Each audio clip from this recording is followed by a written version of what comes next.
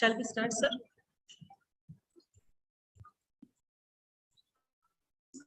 Let this Thursday be filled with possibilities. Be aware of the opportunities around you. Don't just go through the day. Leave the day with your eyes and your mind open. A warm greetings to you all on the day 3 of Faculty Development Program on Integrating Yoga in Higher Education on the occasion of International Day of Yoga 2022, organized by Meenakshi Academy of Higher Education and Research, Chennai. On this occasion, I would like to express my sincere gratitude towards our organizing committee, Chief Patrons, Thiru A. N. Radhakrishnan, Chancellor Maher, Mrs. Jayanti Radhakrishnan, Rector Maher, Patron, Professor Dr. R. S. Neelakandan, Vice Chancellor Maher, Additional Patron, Professor Dr. C. Kritika, Registrar Maher, Convener, Dr. Shyama Sivasamy, Director, IQAC Maher, Organizing Secretary, Dr. R. Ilangovan, Professor and Head, FISD Maher, and all the organizing committee members, PhD scholars, and students of FISD. Now it's time to receive Almighty's blessing. May I call Priyadarshini to sing the prayer song.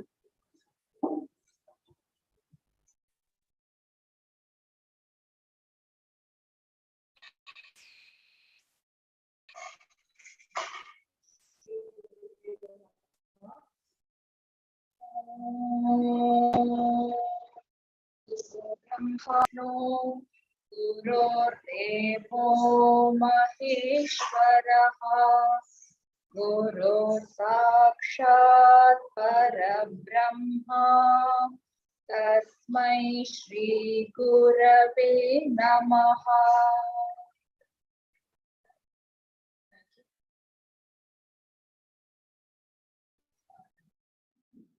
Thank you, Priyadarshini.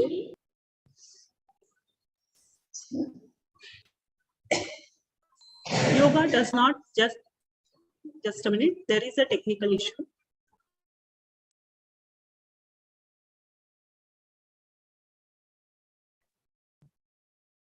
Yoga does not just change the way we see things, it transforms the person we see. The more you know about the body, the easier it is to develop the body appreciation.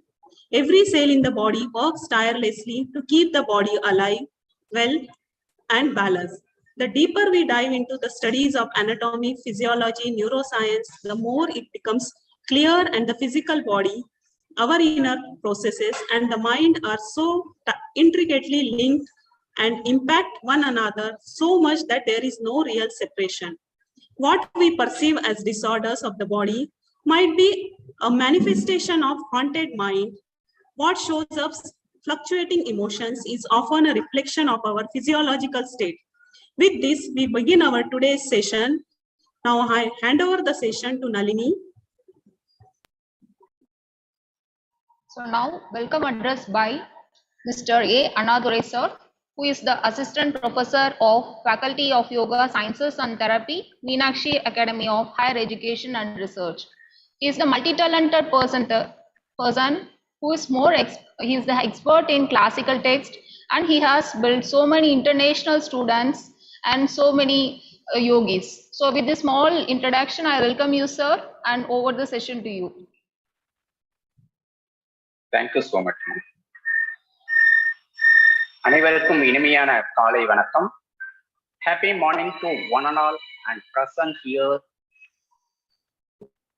First of all, I would like to thank to Dr. Ilangovan sir given me opportunity. It is a moment of extreme pleasure to welcome all the chief guests who are going to enlighten us with your knowledge. The day starts with Miss Lauren Clary Stewart, Grandmaster Trainer, Kundalini Yoga Ashram, Sachidananda Koswal, Mexico. She is going to show her knowledge on physical health and yoga. The mid of the day start with Dr. Ramakrishnan sir, Associate Professor, Faculty of Yoga Sciences and Therapy, Maher, Chennai. He will make us sink in therapeutically values of yoga. When the hand in the clock moves to 2 p.m., the session will start by Dr. D. Modangi, professors and head, Department of Mind, Body, Medicine and Lifestyle Science. Sri Ramachandra, Faculty of Allied Health Science, will make a Yes, please, travel sir. through guidance and counseling. The day will be completed by Sri Mohan Pandari Yoga Yogi, China, Beijing, China, who will get clear pictures about mental health and yoga. Once again, I extend my warm welcome to all the above speakers. Thank you, Monica. Thank you so much. Thank you, sir. So now the address by Lauren Clary Stewart, who is the Grand Master Trainer of Kundalini Yoga, Ashram of Shakti Ananda, Mexico. So before inviting her, I would like to have some small introduction about our chief guest. Lauren Clary Stewart, who worked as the teacher, science and chemistry teacher in New Zealand from 2012 to 2017. And she is the master trainer of Shakti Ananda Yoga Teacher Training at Shakti Ananda Ashram, Mexico. And she was a Kundalini Yoga instructor at Ashram, Shakti Ananda, Mexico. Also, she is the scuba diver trainer in Mexico. And she has so many experiences in the Kundalini Yoga, and she is the member of International Federation of Shakti Ananda Yoga since 2021, and also she is the member of Golden Key International Honor Society, and she has so many experiences in scuba diving, and she has won so many awards, and she is the regional schools manager and youth development manager of New Zealand. And she is the manager of scuba diving center also in Mexico, and also she worked and she created so many international scuba diving things. And with this small introduction, I welcome you, ma'am, and over the session to you. Thank you. Tēnā koutou katoa. Ko Parangia taku maunga, ko Waikato taku awa, no Aotearoa aho.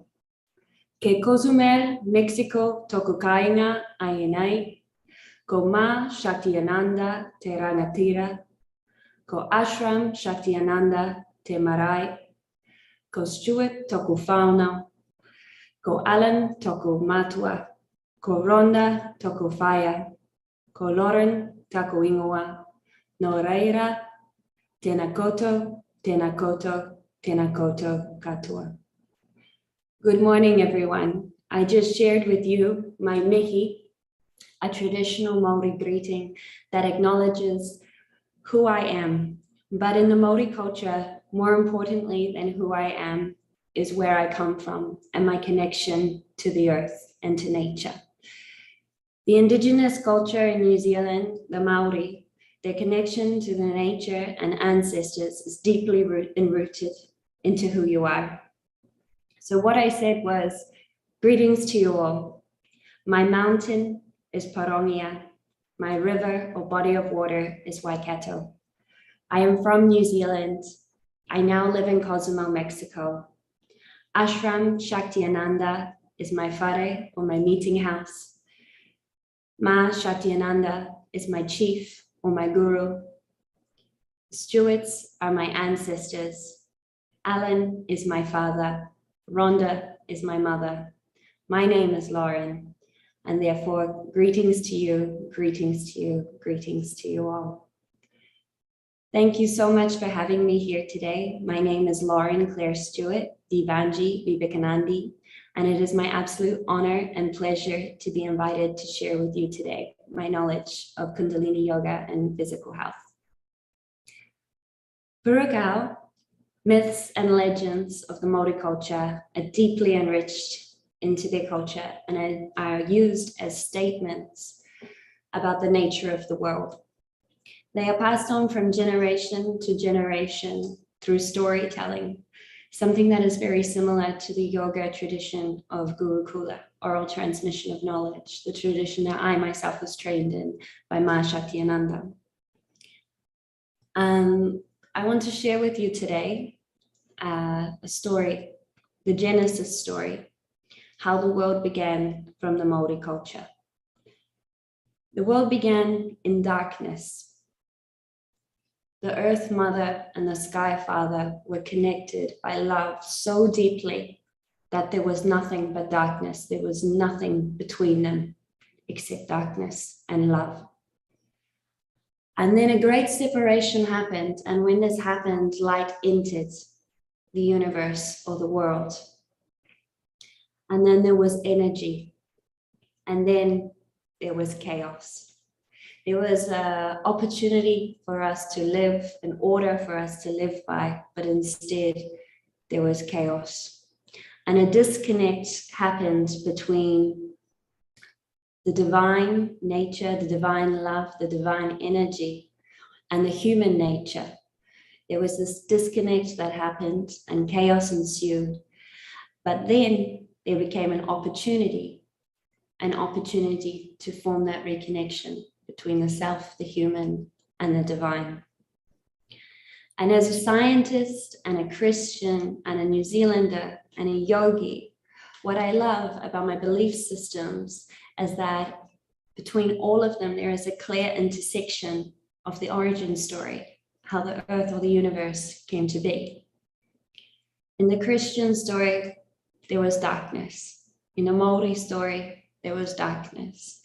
In the science story, there was nothing. In yoga, there was the possibility of everything and nothing. So in all of these stories, it began with an unmanifested potential energy. And then in science, there was a bang. In the Christian story, there was light. In yoga, there was a sound. And in the Maori story, there was also light. So from each of them, after this unmanifested energy, came a vibration, a sound or a light, a manifested energy. And after that followed a structure and an order of life. But then all of them fell into chaos and into some form of disconnect from the divinity. And after that followed an opportunity to be able to reconnect. And for me, that opportunity of reconnection is yoga. And when I found Shaktiananda Yoga, it provided me with a toolkit to awaken the essential nature, the primordial force of Shakti, and to be able to use the Kundalini energy, the Kundalini vehicle, as a way of reconnecting with Purusha, superconsciousness, and the divinity within us all. So today, during my talk, I would like to share with you in physical health and yoga, the 12 techniques of the Shaktiananda system that we use in the Abhyasa class, and how these techniques of the Abhyasa class can be used and applied to correct a specific problem that is somatizing in the physical body, and therefore enable us the elevation of consciousness to be able to connect with Paramatma. The state of humanity is in a decline. We are living in that state of chaos, in that state of disconnection that I spoke of earlier. We are asleep, essentially. Then humans are living in a state of unconsciousness, ordinary consciousness at best. And so the Shaktiananda system was created with the purpose of awakening the primordial Shakti energy and elevating consciousness to be able to expand towards supreme cosmic consciousness. The Shaktiananda system offers this awakening through love and discipline. In the Kundalini class, the Kundalini style in the Shaktiananda system is all about Shaktiananda energy, generating it, transforming it, sustaining it, lowering it, moving it. All of this is happening within a chakra loka. So in each class, we focus on only one chakra loka, and the ultimate goal is to use Kundalini energy to activate that chakra and then elevate the consciousness to a level of super consciousness and connection with Paramatma. In the Kundalini Shaktiananda system, we have 12 techniques that we can draw from in order to create a class. And we do not need to teach every technique in every class. It will depend on what the goal of that specific class is, what the goal of the students present in that class are, and also which time of day we are working in as to how we will practice. It depends how we want to manipulate the energy throughout the class as to how we will incorporate the different techniques. For example, if we were practicing in the morning, we want to leave our students feeling energized for their day. And if it was an evening class, though, perhaps we would want to finish with a much lower energy so that they're more prepared to rest and sleep. The system has a huge emphasis on pranayama. It is the first technique in the abhyasa, and we combine it with swara. And these two techniques combined, pranayama and swara, are going to be the code that guides the rest of the class. So depending on the goal of the class or the somatization that is present in a student, we can choose a pranayama technique and program it for a specific correction of a problem. We know that energy is everything. We need to think about how the energy is moving. So if we are working with the Ida Nadi, then we know that the energy is represented in the mind and the emotions and the right hemisphere of the brain. The energy is also going to be working with the parasympathetic nervous system. If we are in the Pingala Nadi, we're going to be, the energy there will be representing the physical body and the left brain hemisphere and the sympathetic nervous system. The Sushumna Nadi is connected with the energy of the central nervous system, the spirit and the soul, and also the neurotransmitters of the brain. And so knowing this, we are able to manipulate what we want to activate the energy and which area we're working with, whether it be the mind, the emotions, the physical body, if we need to activate the parasympathetic system or the sympathetic nervous system. And we combine these pranayama techniques with swara, which is the science of understanding the flow of the prana. And it works in conjunction with the pranayama technique to allow us to manipulate and program the prana or the energy that is moving through the body. So if we need to elevate the energy of our student, we can use Brahmana swara, and increased inhalation compared to the exhalation. It's going to increase the amount of prana, increase the amount of oxygen, and the total increase of energy. Langana swara is going to have the opposite effect. When we have a longer exhalation, we are going to decrease the prana or decrease the amount of energy.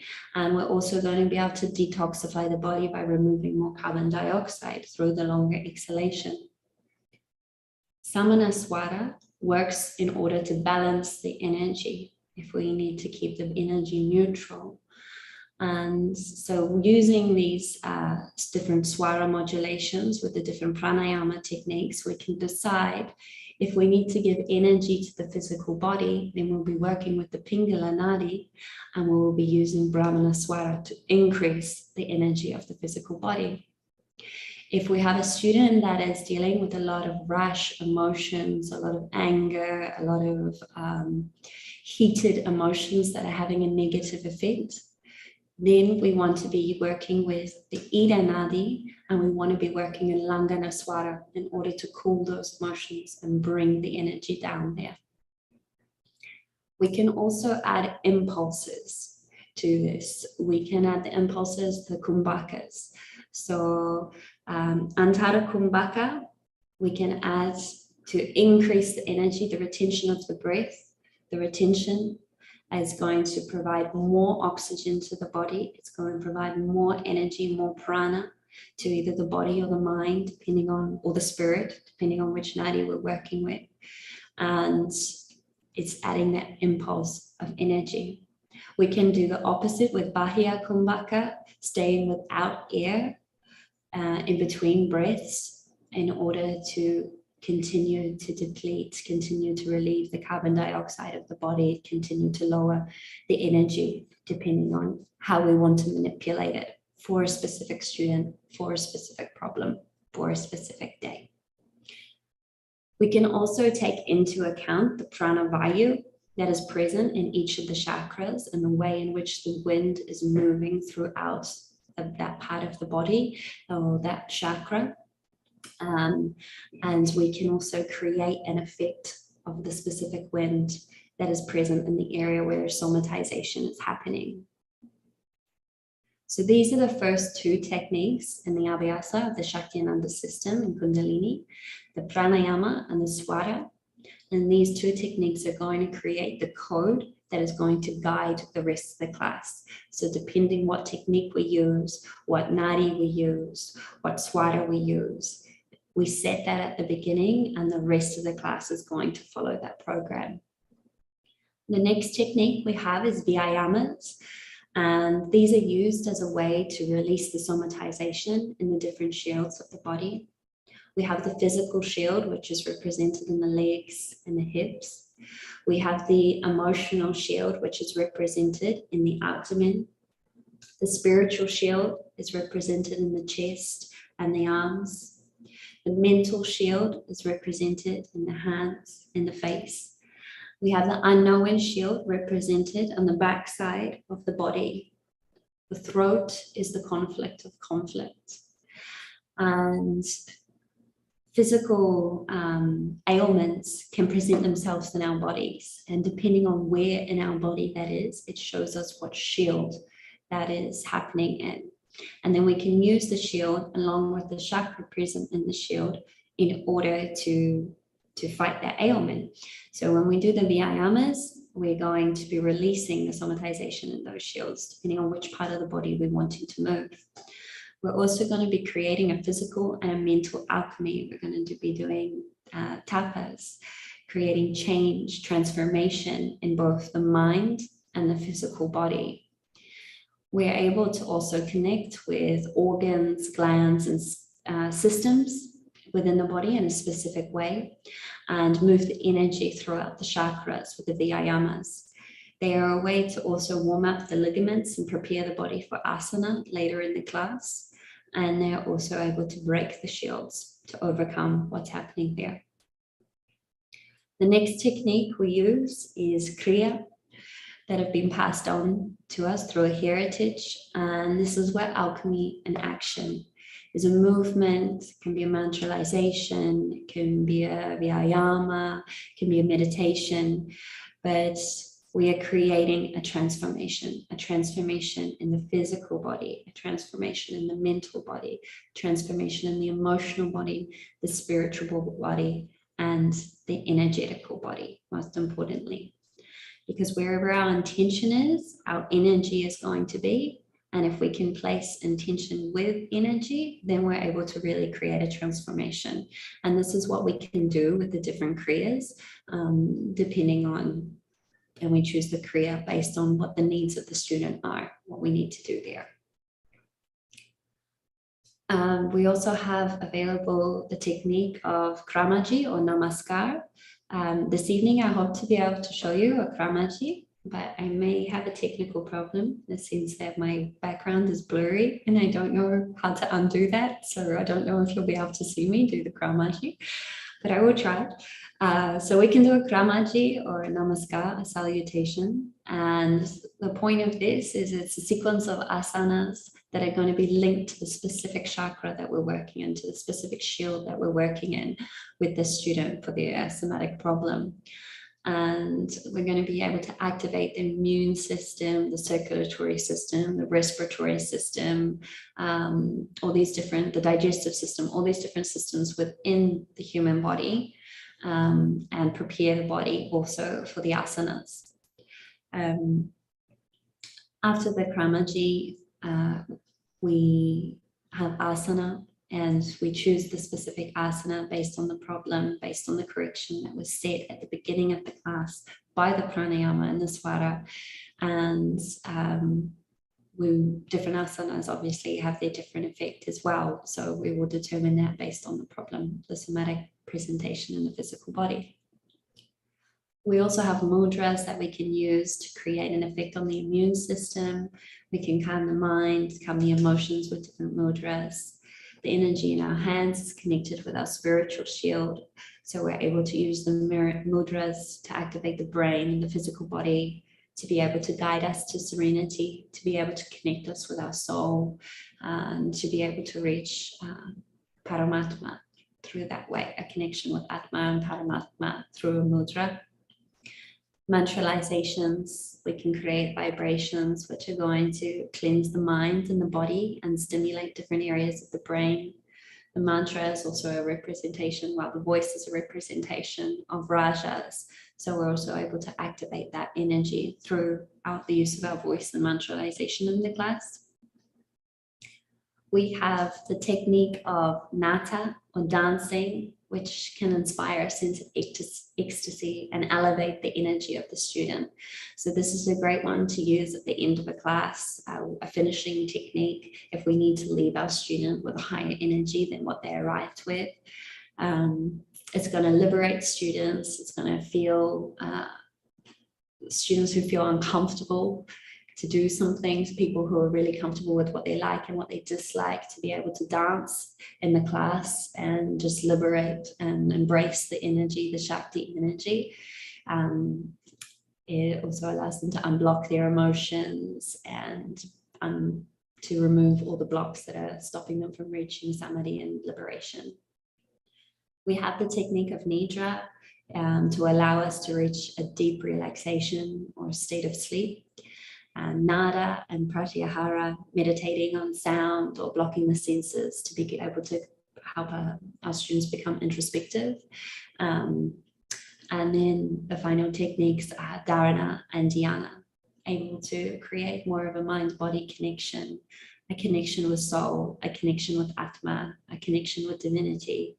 It allows us to also train the mind with the concentrations and introspections of dharana, and to be able to train the energy as well of the body.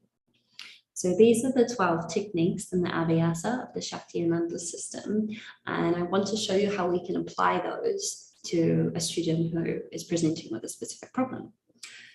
So we have a student, Marama. Marama is in her 30s, she's in her late 30s, and she is overweight. She is extremely tired. She's having a lot of difficulty sleeping in the evenings, and she's depressed. She's having really low emotions. She's feeling very sad, and what we can see is that she is eating her emotions. She is feeling a lack of something, and she is replacing that with food, hence her being overweight, and that is causing her to have low emotions, to feel really tired and have no energy as well. So she's not moving her physical body either, which is also contributing to the lack of sleep. So how are we going to be able to resolve this in Abhyasa, in a class of yoga? Well, first we have to distinguish what chakra is this problem presenting in, or what shield is this problem presenting in. This is it is a physical problem: tiredness, overweight, and low emotions. Emotions are an emotional problem, but every emotional problem is going to have a physical representation in the body, and every physical problem is then going to impact our emotional body. So there really is no disconnect between both the physical and the emotional. So we can see that this problem is emotional. So it's going to be presenting in her emotional shield, which is the area of the abdomen. And we need to see what chakra is present there. And the chakra in the abdomen is Manipura chakra. So we're going to be working there. We can look at the body parts and the organs that are involved. We're looking at the abdomen, we're looking at the liver, we're looking at the spleen, we're looking at the stomach, we're looking at the digestive system, the intestines, the gallbladder. All of that is wrapped up in the emotional shield and Manipura chakra. The systems contained here, we've got the digestive system, and we've also got the circulatory system. The circulatory system is present in the emotional shield, because it is moved by Samana Vayu, which is the Vayu or the wind that is moving the prana throughout the body in the Manipura chakra. And so Prana Vayu is Samana Prana Vayu, and in Manipura we're also working with the guna rajas. That's the state that it should be in, and we can see that Marama has the opposite of rajas. She's tired, she's lethargic, she's not moving, she's overweight, she's eating too much, she's depressed. So she has a lack of rajas. The tattva, or the element present in Manipura, is tejas, fire, agni, and that's also not there for her either. So in Manipura chakra, in the emotional shield, we also have the agni, the digestive fire, the digestive burn, our sense of willpower, our energy that is going to ignite all of our emotions, and hers is completely diminished. So we need to do something about that. We need to elevate that, and that means that we need to put energy into her. We need to manipulate the energy and increase the energy in Marama. So when we're planning the class for her, how are we going to do that? The first thing we're going to do is pranayama and swara. So we know that we need to increase energy in her. So we're going to be working in either Brahmana swara or Samana swara. We can also add the impulsa of Antara Kumbhaka. But we need her to also be able to connect with, we need to activate her, right? We need to activate her physical body. So we're going to be working in the Pingala Nadi as well. So perhaps for this class, the first technique that we're going to be using will be abdominal breathing. That will allow her to connect with her stomach, connect with Manipura chakra, connect with her emotions, and also start to build a little bit of energy there. So with the abdominal breathing, we can do that in Samana Swara, inhaling in 3 seconds, 4 seconds, 5 seconds, whatever we choose, and exhaling in the same amount of time. So just from the abdomen with abdominal breathing. That would be the first technique, abdominal breathing, Swara, Samana Swara. The second technique, we can increase it to Agnisara breathing. So we can have the strong impulse of the exhalation, where we're contracting the abdomen using Uddiyana Bandha, we're activating energy in the Manipura chakra, we're activating the stomach, and we're activating the Agni. We're giving energy there. We're increasing the fire, her digestive fire, building that energy. So Agnisara would be the second pranayama technique that we could use with her. And then the last technique we can use will be Pingala Nadi breathing. We're breathing from the Pingala Nadi. We're going to be activating energy in the physical body and also the sympathetic nervous system, which is going to get her moving as well. So we can use Pramanaswara technique for this with a longer inhalation, maybe 12 seconds for inhalation, 6 seconds for exhalation. And after we've done 4 or 6 cycles of that breathing, then we can also introduce the impulsor of the kumbhaka to retain the air, to retain the oxygen, to retain the prana, and give more energy to her physical body. Moving on from the pranayamas, we've now set the tone of the class, which is that we want to increase energy in her. We want to increase energy in her physical body. We want to work her sympathetic nervous system, and we want to get her moving, get her agni burning, and start to create something there. So the vyayamas that we're going to choose will continue to follow that pattern. They're going to continue to increase her energy, to move her body, to burn some fat, to stimulate her cardiovascular system, her respiratory system, and the Shakti primordial energy that is there. We need to have a big impulse of rajas here to set the tone of the class. So we need these Vyayamas to be fast. We need them to be moving, even if she is struggling because she hasn't.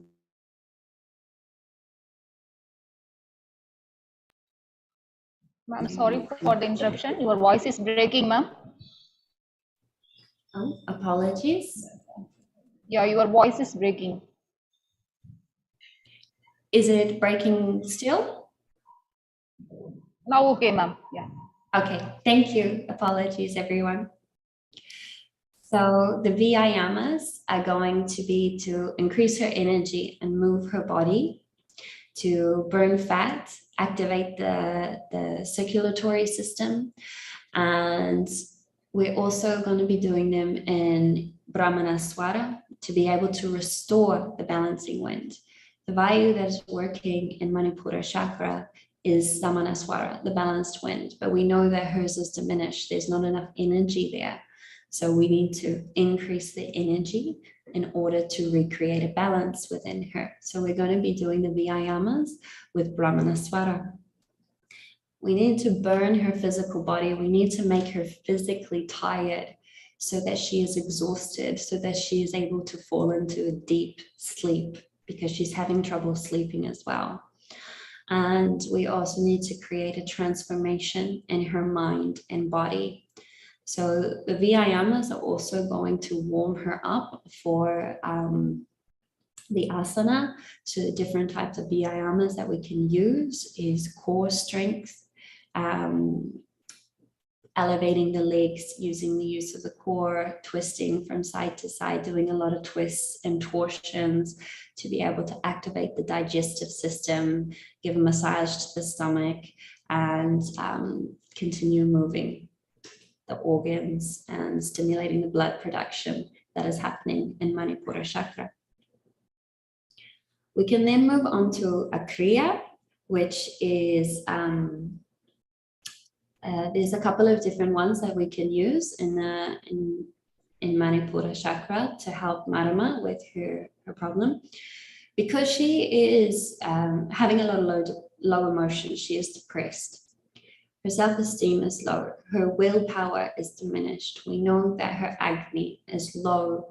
So we want to increase this. We can do the Har Kriya, where we create a Shiva Mudra with the hands. We want to create an impulse of Hara, the force of Shiva within Marama. We want to be able to connect her with that. And so using the Shiva Mudra, we can also go into the position of Navasana, the asana, Navasana, with the Shiva Mudra, Paradristi, looking at the feet, and Samanaswara, breathing. We're going to also mantralize Har, Har, Har, Har. And as we mantralize, when we say Har, we want to contract and activate Uddiyana Bandha and pull the navel back in towards the spine. Har, Har, Har. While maintaining the Shiva Mudra in Navasana Asana. So we're engaging the core and making sure that the lower back doesn't collapse. My apologies, I wanted to demonstrate this for you, but I'm not sure how to remove the blurred background. So I don't know if anybody knows. Maybe you can write something in the chat to help me. But so we can repeat this and do 30 rounds of Har, Har, Har, Har, which is going to activate this transformation, this alchemy in Marama, and transform her mind, body, spirit, and energy, and also her thought patterns as well, because she seems to be stuck in something that is low and depressive for her. I'm going to be creating tapas. So after we do some kriya, another kriya that we could do also, maybe this one will work with the camera. We want to be working with the abdomen, with the waist. So we can stand. We can do the standing or sitting. but because Marama is a little bit overweight, because we want to increase the energy in her physical body, I would recommend to do this one standing. Standing with your legs wide apart. We want to place the arms on the shoulder, and we're going to twist to the left as we inhale, and twist to the right and exhale through the mouth.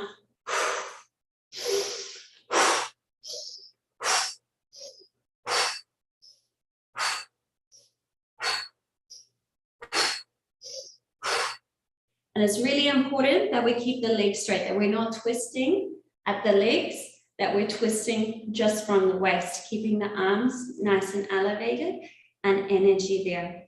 Because we are exhaling through the Pingala side, we're exhaling to add energy there, which is what we want to do for Marama with her low energy, with her lack of activation, her lack of movement, and her low emotions.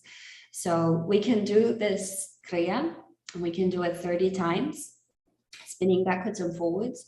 And we can also add the mantralization, the rajas of the voice into it by going Har, Har, Har, Har, Har, Har, Har.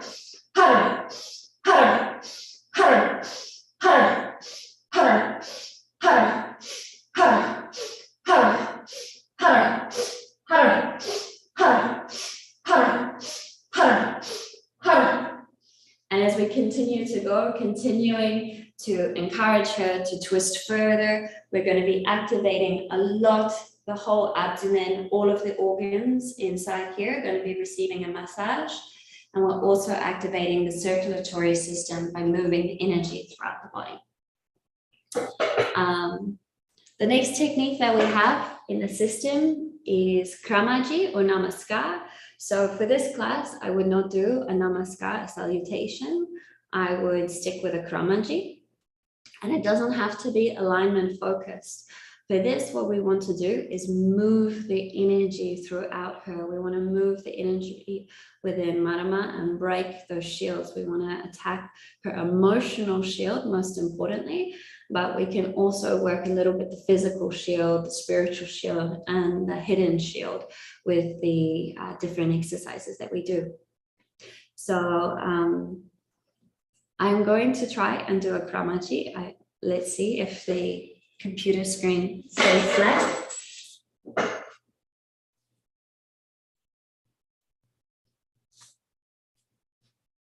So we can start with Tadasana,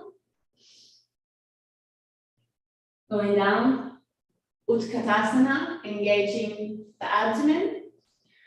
And remember, in Manipura, we also have the presence of the feet, which is why we can go up on the toes. We can engage the feet, which is a sense of fire. We can also bring mudras into Manipura. So we can make the mudra of the lotus, the mudra of internal fire of Manipura. And we also have Manipura mudra, which is the middle finger connected with the thumb and the internal fire, Agnisar. Okay, so we start in Tadasana, Utkatasana, up on our toes, create the mudra of internal fire, Parivirta, to the side, hands to the floor, jump back into Adho Mukha. Makarasana, engaging the core, lift the right leg, the right knee to the elbow, engage the core, back to Adho Mukha. Forward through to Makarasana, bring the leg first, 90-degree angle. We can place the foot low, 45-degree, and turn into Pashva, Parivirta Pashva Konasana. Come back, straighten the leg, Parivirta Trikonasana. Come back to Adho Mukha. Mushika, compression of the abdomen here. Jump forward, hands behind. Engage the core and lift the feet off the ground and place the legs down. Shiva Mudra, engage the core, Navasana. Kona, Navasana. Back and bend. Feet to the floor. Parivirta. Include the Muladhara Mudra here. We can also go into here.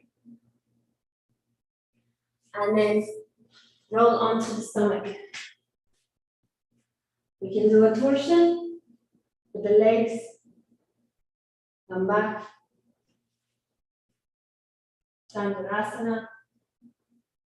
Abdomen compression. Come down. Urdhva Mukha. Tuck the toes. Adho Mukha. Mushika. Abdomen compression. Jump forward. Parivirta on the toes. Internal lotus. Utkatasana. Back to Tadasana.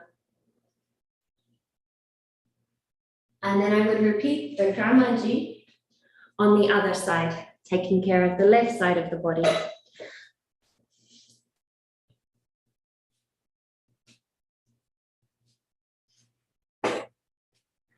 I would repeat the Kramaji multiple times to continue moving the part.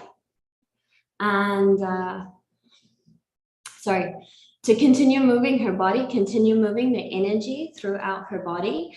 And alignment, like I said, alignment isn't the key focus here. What is important is to continue moving.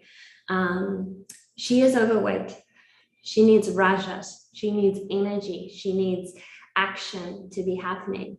We also need to burn some fat, which is why I put the jumping transitions in the Kramaji. We're also able to work the physical shield, which is in the legs, with the Parivirta Pashvakonasana and Parivirta Trikonasana.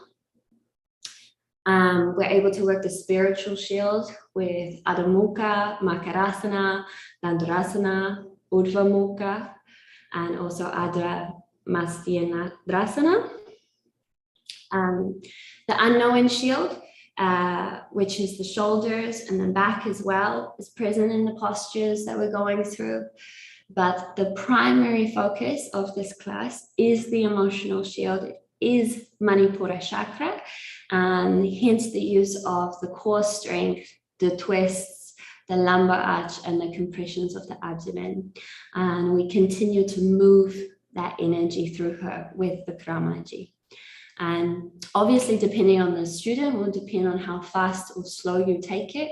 It doesn't matter if she's going the pace of a snail, so long as she keeps moving. As I said, the feet are present in Manipura chakra. They represent fire, which is why we're able to elevate up on our toes and put some flexion and some power into the feet.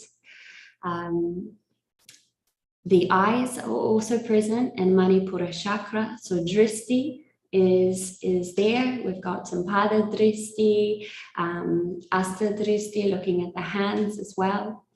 The left eye is connected to the pancreas and the right eye is connected to the liver. So these are also present in Manipura chakra. So we can incorporate Dristi in the Kramajis. The mudras are also present. Like I said, we have the Manipura mudra, which is the middle finger to the thumb, and also the internal fire mudra. So we need to elevate her Agni energy and her self-worth as well, which is why we can include these. The circulatory system also obviously has a great benefit in the Kramaji because we're moving, we're working cardiovascular and circulatory, pumping the blood around her body, sending fresh blood and energy to combat some of her tiredness. And then after Kramaji, we can move into asana. So there's different types of asanas that we can do within Manipura. One that I would use for Marama would be core strength. We want to be able to burn fat. We want to work on her willpower, her hara, her force of Shiva. We want to really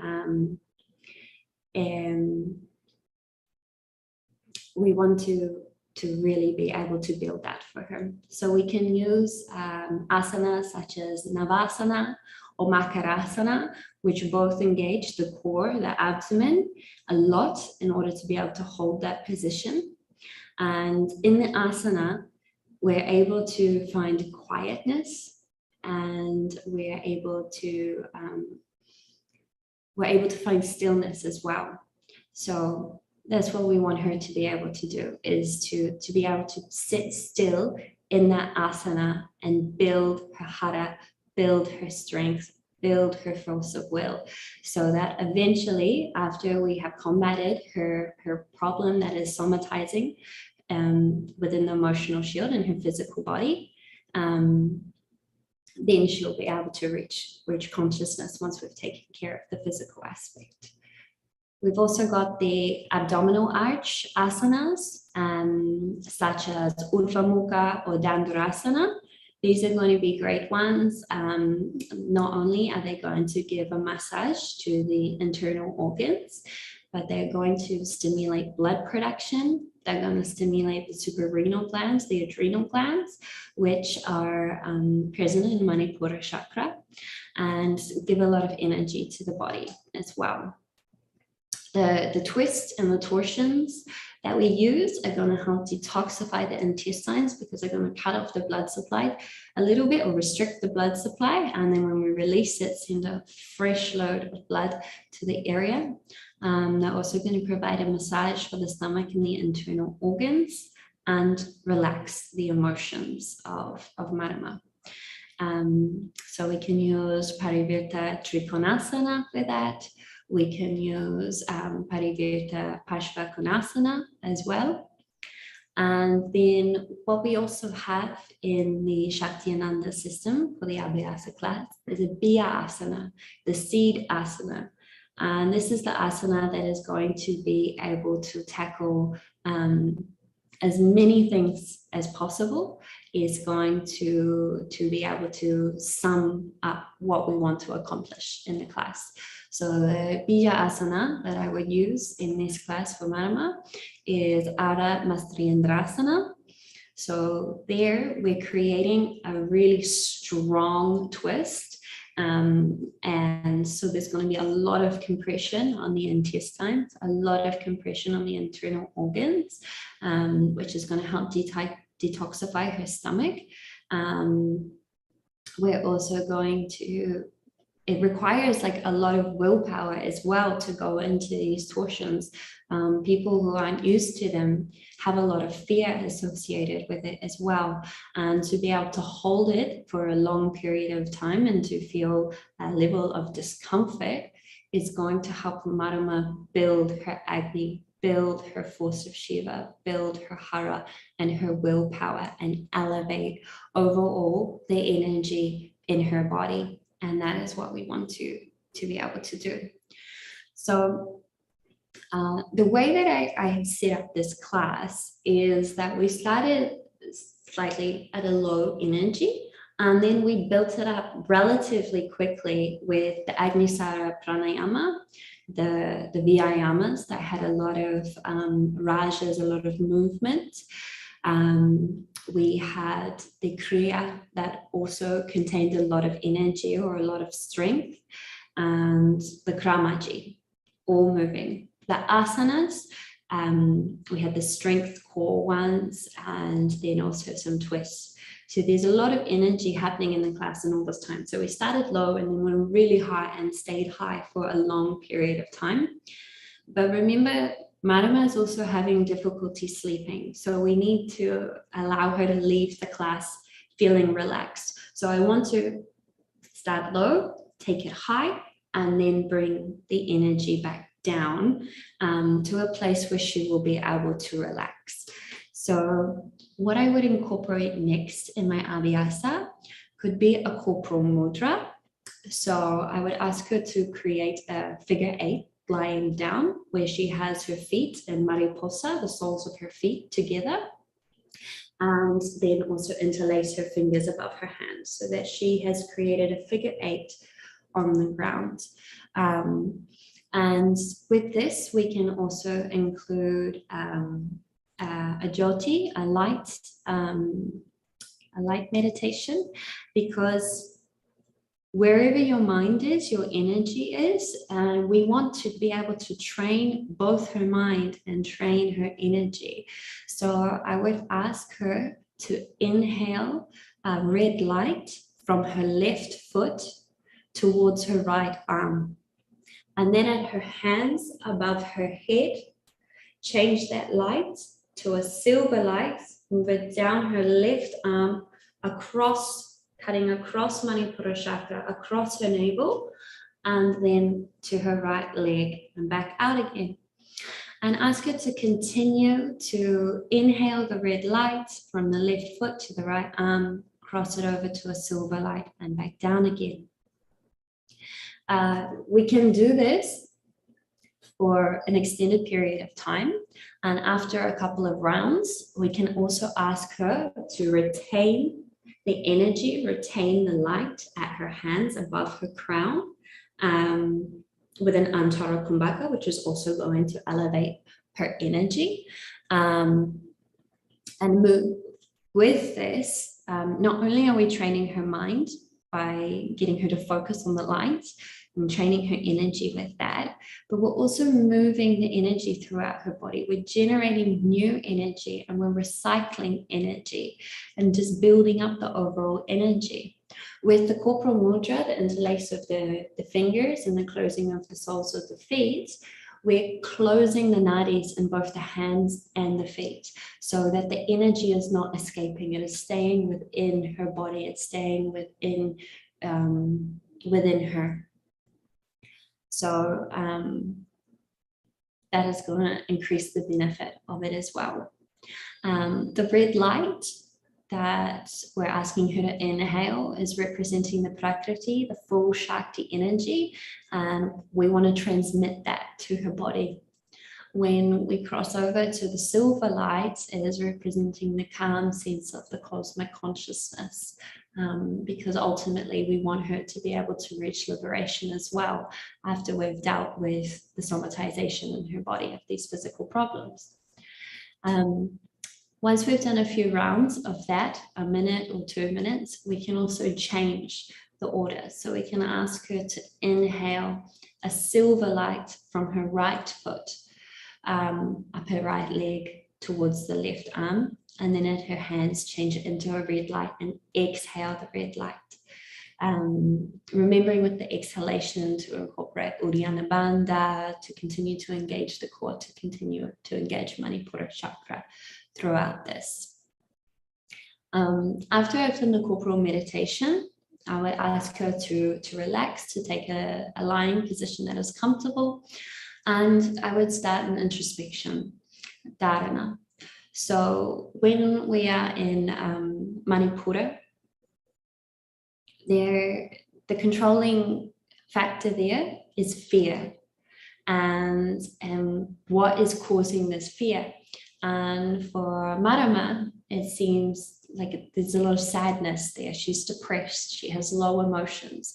So we need her to take responsibility for this. We need to encourage her to really take responsibility and create her own transformation in this area. So what I can do is give her some leading questions. aimed slightly towards her problem, but also not in the way that she feels like I'm picking on her, but give her options that she can choose from. So with the eyes closed, nice and relaxed, get her to look at sadness. Think about sadness. What in my life is making me feel sad? What is the origin of my sadness? And I can give examples such as that I am not good enough, or I am not smart enough. I am sad that I do not have the things that others have. I am sad because I do not look the way that I want to look. I'm sad because I feel that I have no control over my habits. I am sad because I have a lack of something. We need to ask like why she is feeling sad, why she is feeling insecure, what is happening. We can give these options, right? And we're not looking for the answer from her. She doesn't have to share the answer from her. We just have to give different options to help her lead to this. And after we've spent some time observing this, then we need her to take responsibility. And so we do that by asking her to find a solution. What is the solution to my sadness?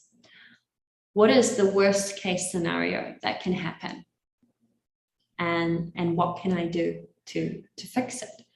And sometimes it's acceptance, and sometimes the solution comes to them. Sometimes it's an easy answer. Sometimes it's very complicated. Sometimes they want to share it with you. Sometimes they don't. But the point is that we've taken her down a path to actually look deeper into it, to figure out what is going on, why she is feeling this way, and then getting her to take responsibility to try find a solution. And then also linking that back to this underlying fear. So the sadness is potentially caused from a fear of something, a fear that she doesn't have something, a fear that she's not good enough, a fear of that she's not worthy, a fear that she's not loved, something like that. So we need to leave her being able to find a solution. And then to finish off the class, we can also use another technique. We could use Nidra, ask her to lie on her right side of her body so that she's activating the Ida Nadi, the left nostril, so that just before we finish the class, she can do Nidra breathing to activate the parasympathetic nervous system to enable her to be able to sleep well at night.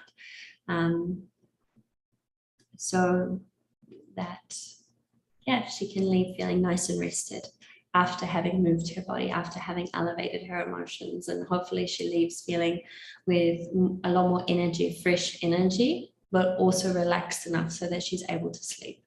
Because if somebody is overweight, if somebody is sad, if they're not sleeping well, she's eating too much, she's probably eating at the wrong time of the day. She is then going to be affecting her hormones. Then when it comes time to sleep, she's going to be too wired to be able to sleep. Her hormones are going to be at the right level. She won't have too much cortisol, not enough melatonin, and she won't be able to sleep. And then by not sleeping, she's going to continue that problem, continue living in a high state of stress and cortisol, which is going to continue her feeling these sad, low, depressed emotions, which is going to continue her feeding herself and eating her emotions. So we need to find a break in there. This is just one example of just one class that we can do with her to tackle these problems. But you can see that we can use each of the different techniques and incorporate many different aspects of the chakra, of the shield, to combat this problem. And we can also in the next class, we can move on to looking at the physical shield for her, doing more work with the legs, doing more work with her physical body. We can look at the unknown shield in her back, also her spiritual shield, her connection to herself. But in order to be able to tackle any of these other things, first we need to elevate her energy. We need to get her Agni back. Tackle the emotional shield first. And it won't happen in one class either. We need to do many classes, many works with her. But the point is that we can do something in every class. So those were the 12 techniques of the Abhyasa and the Shaktiananda system that we can use in Kundalini. And there's actually 24 techniques in the whole system, but 12 are related to the Abhyasa. As a yogi, as a teacher, we have the sadhana that we need to do ourselves, our interior techniques. And so the techniques that we use for that is samadhi, santosha, being content, being okay with what is going on around us. It doesn't matter how chaotic or negative or bad or good or whatever it is, we're going to keep coming back and finding our equanimity, our neutral zone, and be able to be centered so that we can continue to connect with the divine. Ishvara Pranadhyana, being able to sorry, I just lost my words.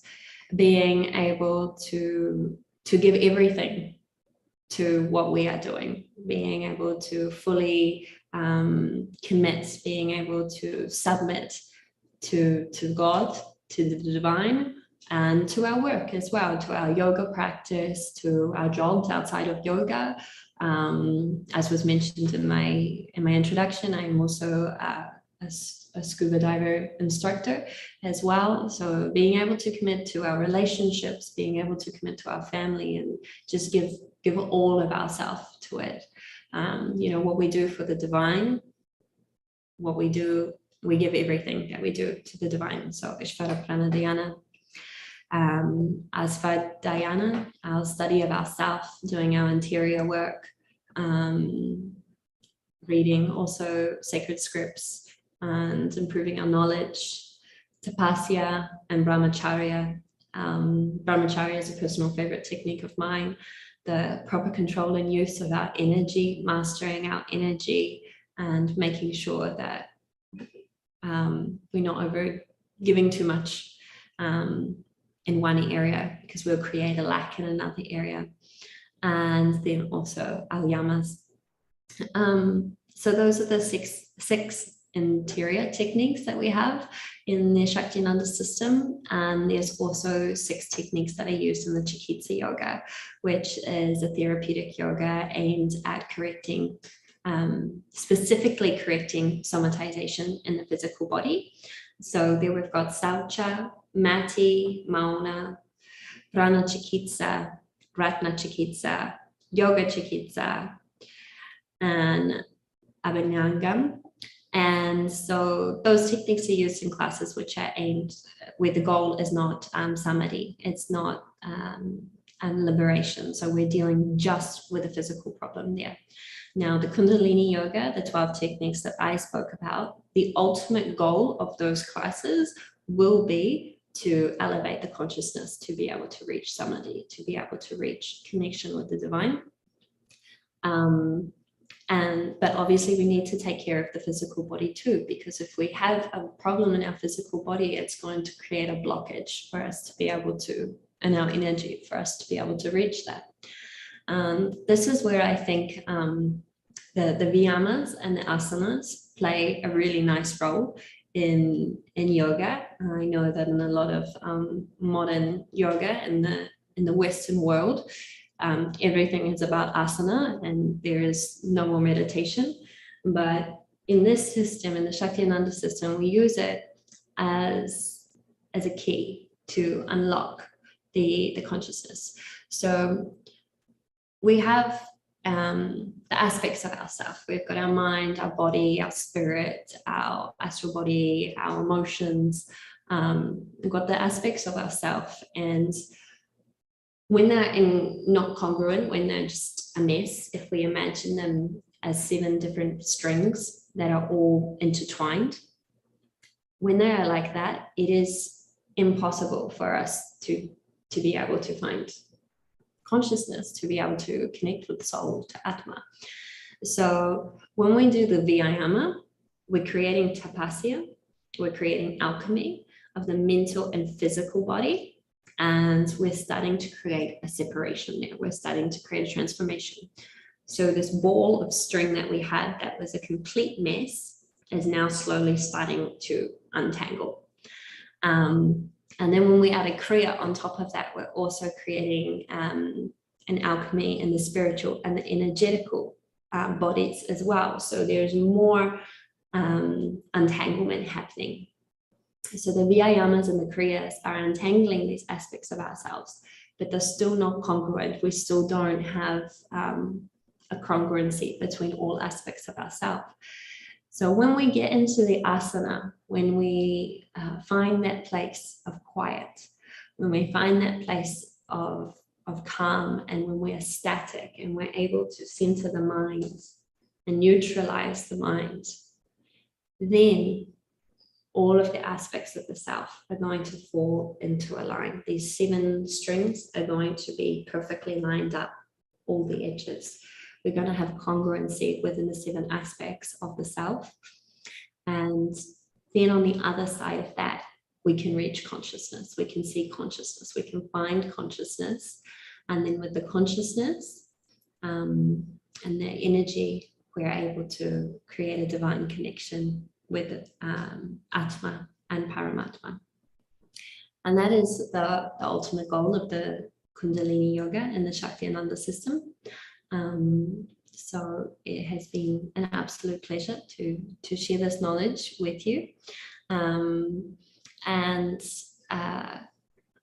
Just with some examples of other ways that we could finish the class. Like I said, if we can have different modulations. So the class that I shared with you, we started low, we went really high, we stayed high for a long time, high energy, and then we came right back down and finished nice and relaxed so that she could go home and have a good sleep. If we were doing a class on the Friday night and the students had plans after the class, they wanted to go meet their friends, go out for a dinner or celebrate something, we want to leave them with a high energy. So we can maybe start the class a little bit lower so that we're not burning all of their energy for the whole class at a lower pace, and then we can bring it up. And we can finish the class with the technique of nata, of dancing, and create a liberation and a sense of ecstasy for them before they walk away from the class. And same if it's a morning class and we're going to start our day like that. This is what I love about the system, is that we have these different techniques. We have the pranayama and the swara, which are our guides for how we can plan the class, the direction we want the class to go in. And then everything just comes down to energy, to Shakti, and how we want to leave our students feeling at the end of the class, and what we want to tackle in that class, how we can attack it, whether it be the physical body, the mental body, the emotions, if it's the sympathetic system, parasympathetic system, if it's the connection to the soul, to spirit, or the central nervous system. All these things can change using these techniques. So it really is a wonderful system, and thank you so much for listening to me talk about it today. Just a reminder, the 12 techniques of the Shaktiananda system, we've got the pranayama and swara, the 2 key techniques that are going to be guiding our class. We have the vyayamas, the kriyas, pramaji and asana, which is where the alchemy takes place, the change, the transformation. And then we can also incorporate mudras into those things. And finishing techniques of the classes will be mantra or nata, dancing, nidra, pratyahara or nada meditation. We've also got dharana and dhyana. So Araho Nui is with deep affection that I say goodbye and thank you very much. And it was really my greatest honor to be invited to share my knowledge with you in your conference. Thank you, ma'am. So now the question is open for participants. Ma'am, one question from the participant. So what is the difference between swara, nata, mantra? How will you use in your practices? Can you give some examples? Sorry, can you please repeat the question? So what is the swara, nata and mantra? What is the differences and how it will be used in the practices? Can you give some examples for that? Yes, so the swara is the modulation of the prana which is used in conjunction with the pranayama technique. So the swara, we're talking about brahmana swara, longer inhalation, langana swara, longer exhalation, or samana swara at the same time for inhalation and exhalation. And that is going to affect whether we're adding energy or adding oxygen into the body when we're doing the pranayama and how we're manipulating that. So we do the swara that is incorporated with the pranayama technique at the beginning of the class to set the tone based on what we want to use for the how we want energy to be for the class. So we set that from the beginning. If we use a brahmana swara, we're going to be elevating the energy at the start of the class. So then we don't want to be doing a langana swara or a slow paced class for the rest of the class. We want to keep the energy up. Nata, I think, was the other technique you asked about. So nata is dancing and it's liberation. So it's liberation within the chakra, moving the energy, like liberating the energy within the chakra. So if we're using the emotional shield, we want to be doing any type of dancing within the abdomen region or with twist region. So I cannot do belly dancing very well, but some people can do like the rolling of their stomach like this. You can also do some sort of motion sideways, things like that. It can be a slower energy or it can be a really fast energy. Usually when I do it in my classes, I ask my students to close their eyes and I choose a particular song or music to put to it, which is going to really encourage the movement. We're also able to connect with the elements that is present in the chakra. So if we were working in the physical shield around the like hips, sacrum region, that would be Swadhisthana, and the element activated with that is water. So we're going to be moving the hips in a way that will be very flowy, like water's flowing, nice and fluid movements. In Manipura, we're working with fire, so it can be more of an explosive movement, a high energy movement, something like that. It's an interpretation for the students and there's a lot of freedom in it. There's no right or wrong way of how to do nata. And it's usually used towards the end of the class, but if the students are really low when you arrive, you can put it at the beginning to increase the energy right from the beginning and also to set the pace of the class, to change, to create a transformation with the energy in the room. And the last technique I think you asked for was mantra. So mantralizing, there's different Biya mantras within the different chakras. We can mantralize Om, we can mantralize based on the deities. And this can be used with the kriyas, it can be used in the asanas sometimes, in the vyayamas, or it can be used separately as a way of finishing the class, as a way of centralizing the energy. We can also, again, use it at the beginning of the class. If the energy of your students, if you've got multiple students, is really scattered, like you've got some that are really high, like, oh, everything's amazing. Other students who've had a hard day at work, who may be frustrated or angry, somebody else who may be a little bit sad.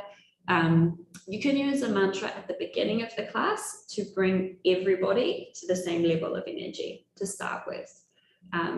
Which can be a really nice way of using mantra. I hope that answers your question a little bit. Thank you, ma'am. And the other question from the other participant, by concentrating and giving importance to chakra like Manipuraga, as you demonstrated excellently, with other yogic tools like asana, pranayama, which you use, is it possible to promote health and prevent cure diseases? Her question is, if we only focus on the Manipuraga, will it be enough, or we can focus on some other chakras also? And how it will be in our 1 hour session or something, we will focus on all chakras, or weekly 1 hour we will take each chakras, and at what basis we will do that course planning?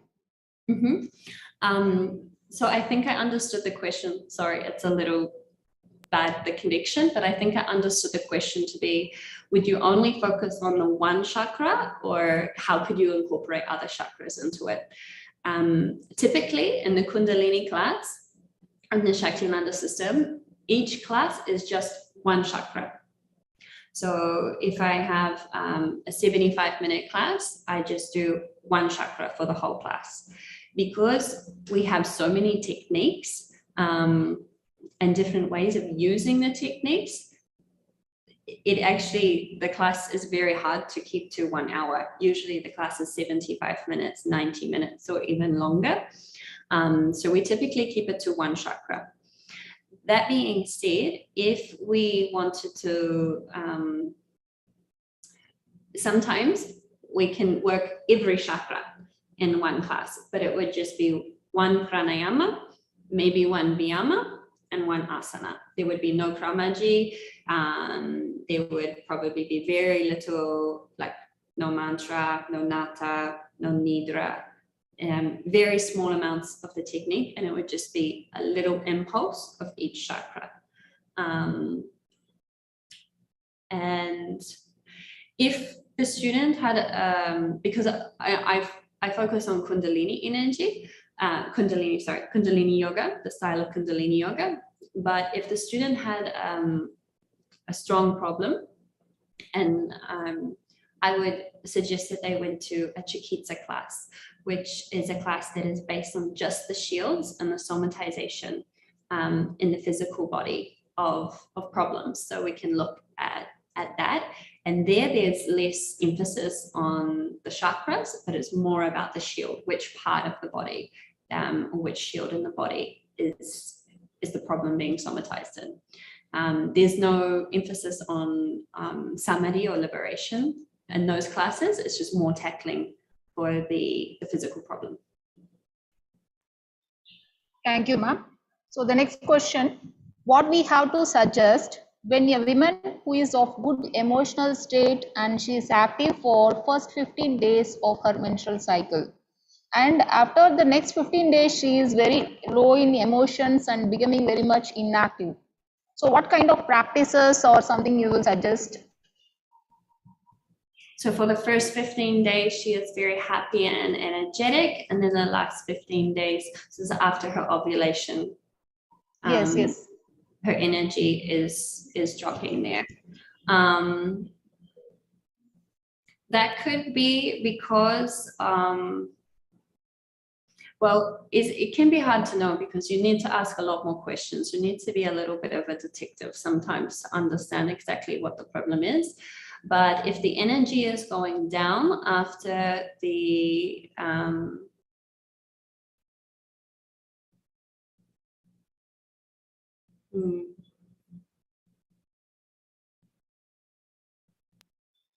had that around my head in the wrong way. I mean that can we divide the sessions like Brahman and Lagana in 15 days duration like that? Is that one? Yeah, definitely. You can have a practice for the first part and a practice for the second part.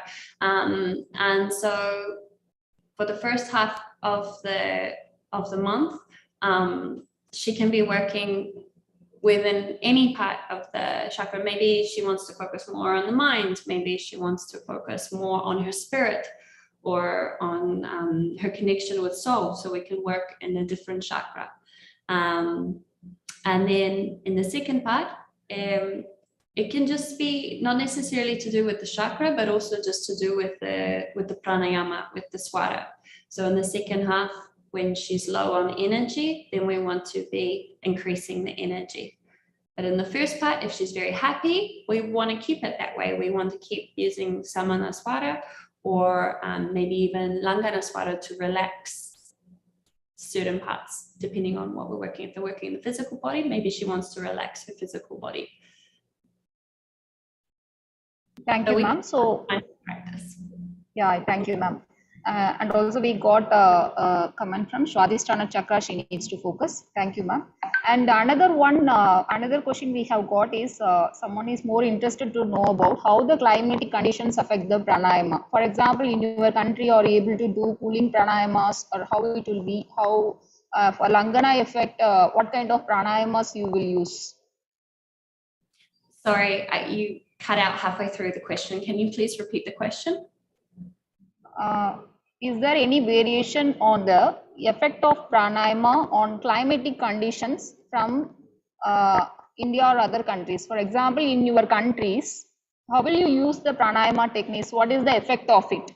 For you told you will give the Langana practices, right? Langana kind of pranayamas also during the end of the a session or something based on their mental condition. But if your climate condition is something like a barrier to you, how will you handle that? Sorry, did you say, are you talking about the pranayamas in different climates?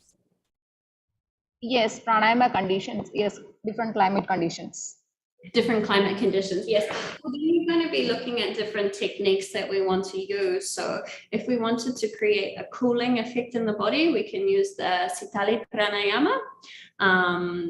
Or if we want to generate heat, we can use something like Agnisara pranayama. So we can use all the different techniques in different climates. It just depends what the goal is and if we want to increase something or lower something. It's all about the energy and the way we want to manipulate it. Thank you, ma'am. And the another question is, what kind of mudras can be given to improve the focus and concentration for kids? Improve the concentration and the focus? For kids. For what, sorry? For kids. Oh, for kids. For kids.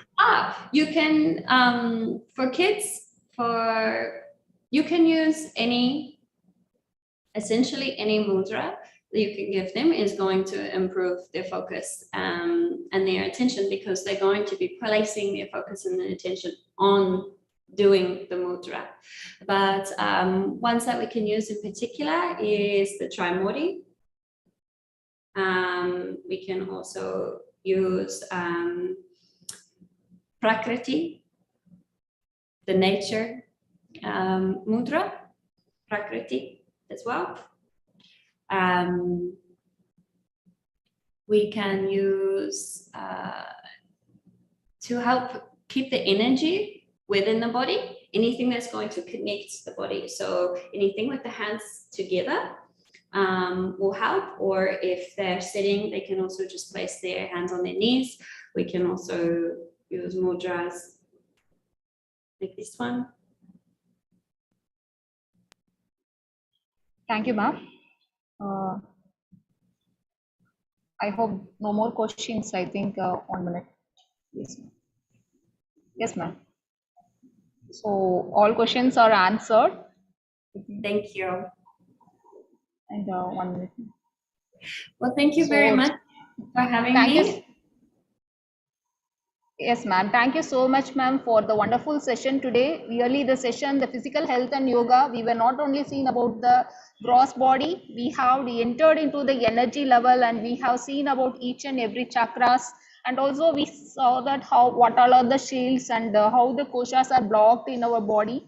And what all are the ways you have told the therapeutic approach, like how to, as a yoga therapist, how we have to analyze what is the cause, root cause, hayam hetu, and what is the effects like Brahmana, Langana, all effects you have talked, and also the Abhyasas really very nice.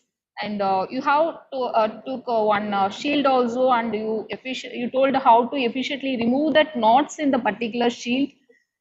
Really, it is very useful for us, ma'am. Thank you so much. Thank you so much for the wonderful session. Thank you. Araho Nui. Namaste.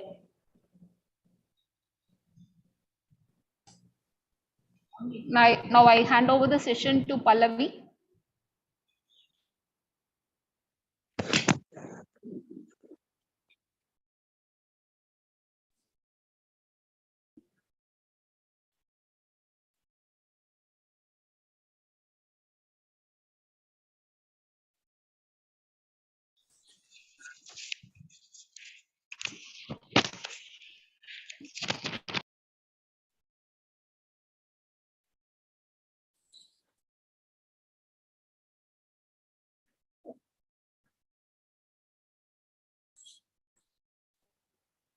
Thank you, Nalini. Knowledge is the treasure of a wise man.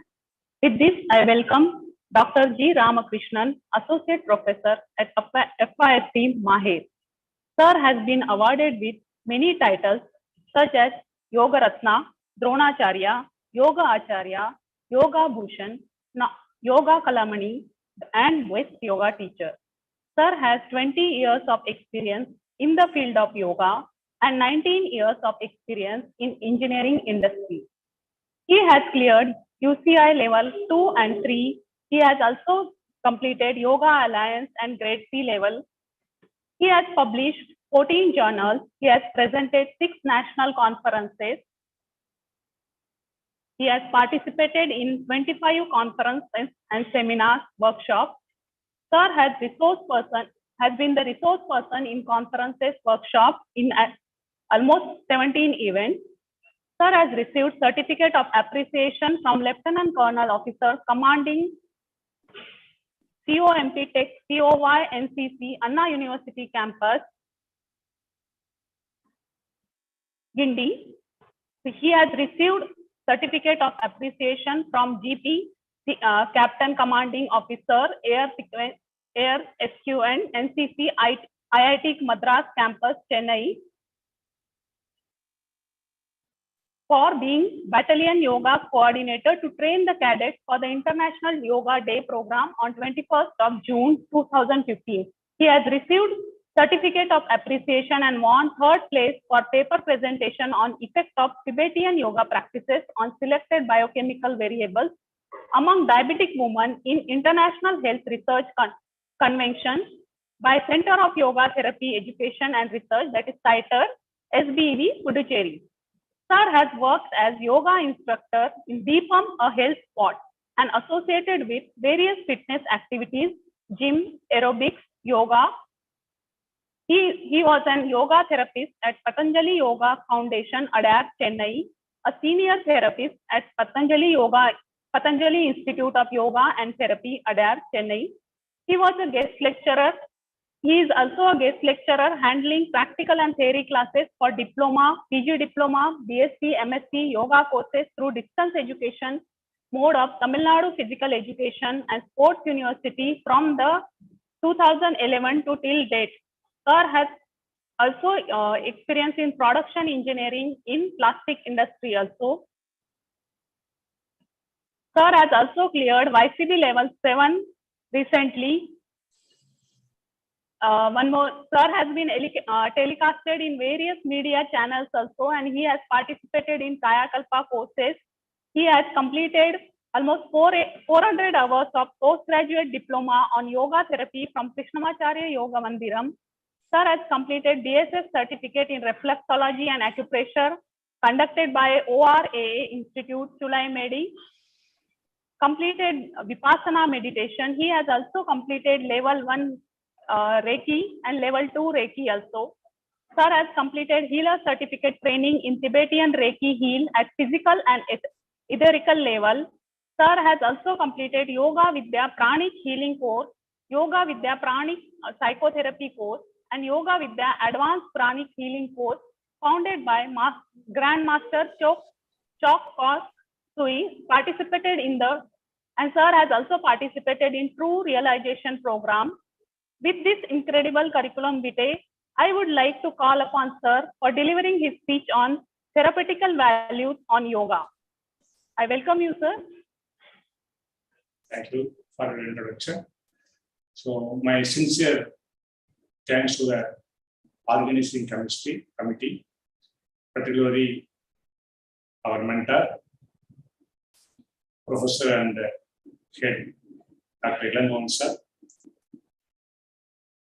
and our staff team, Dr. Murugesan, Dr. Subrachmi, and Mr. Annadurai, and our PhD scholars. One more time, I thank you to everyone. And I will start my PPT.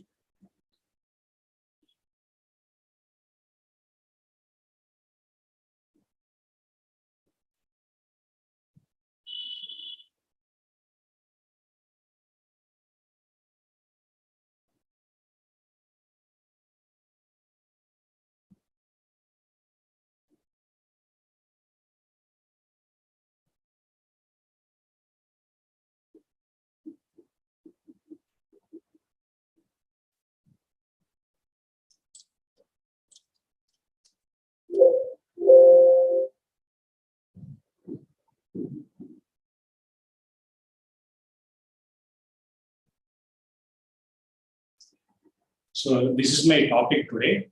So most of the people thinks that, and reality also, nothing is permanent.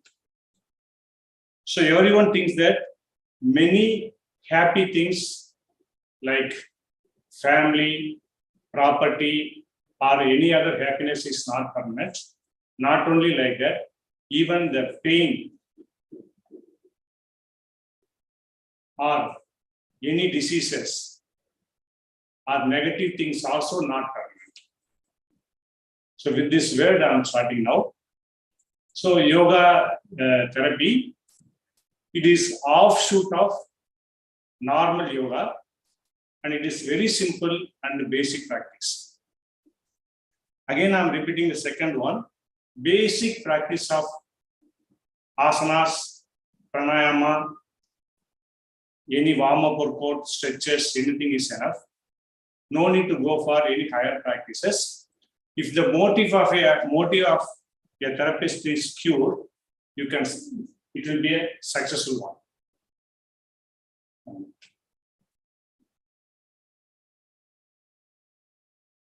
Now, first one, we have to go for examination methods. This I am repeating wherever I am starting with therapeutic classes or workshop or whatever it may be. This cannot be changed for any diseases or any situation. Observation and palpation, interview, pulse examination, and the examination of vertebra. These are all the criteria included in yogic pariksha.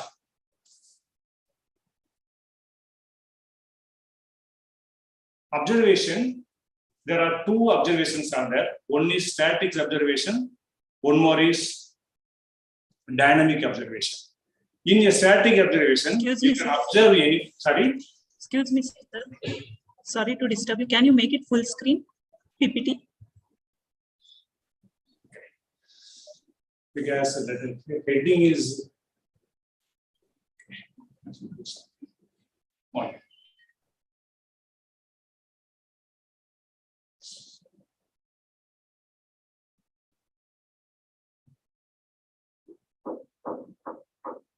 Sir, can you go to the No, rightmost wait, corner down? wait, Yeah. wait.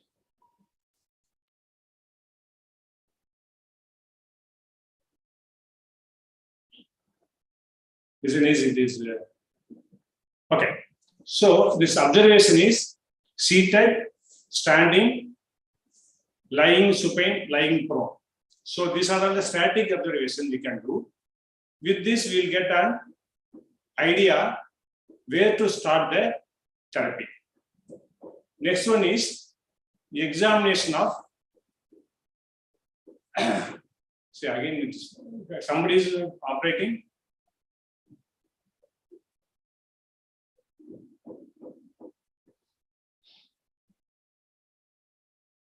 This one is dynamic observation.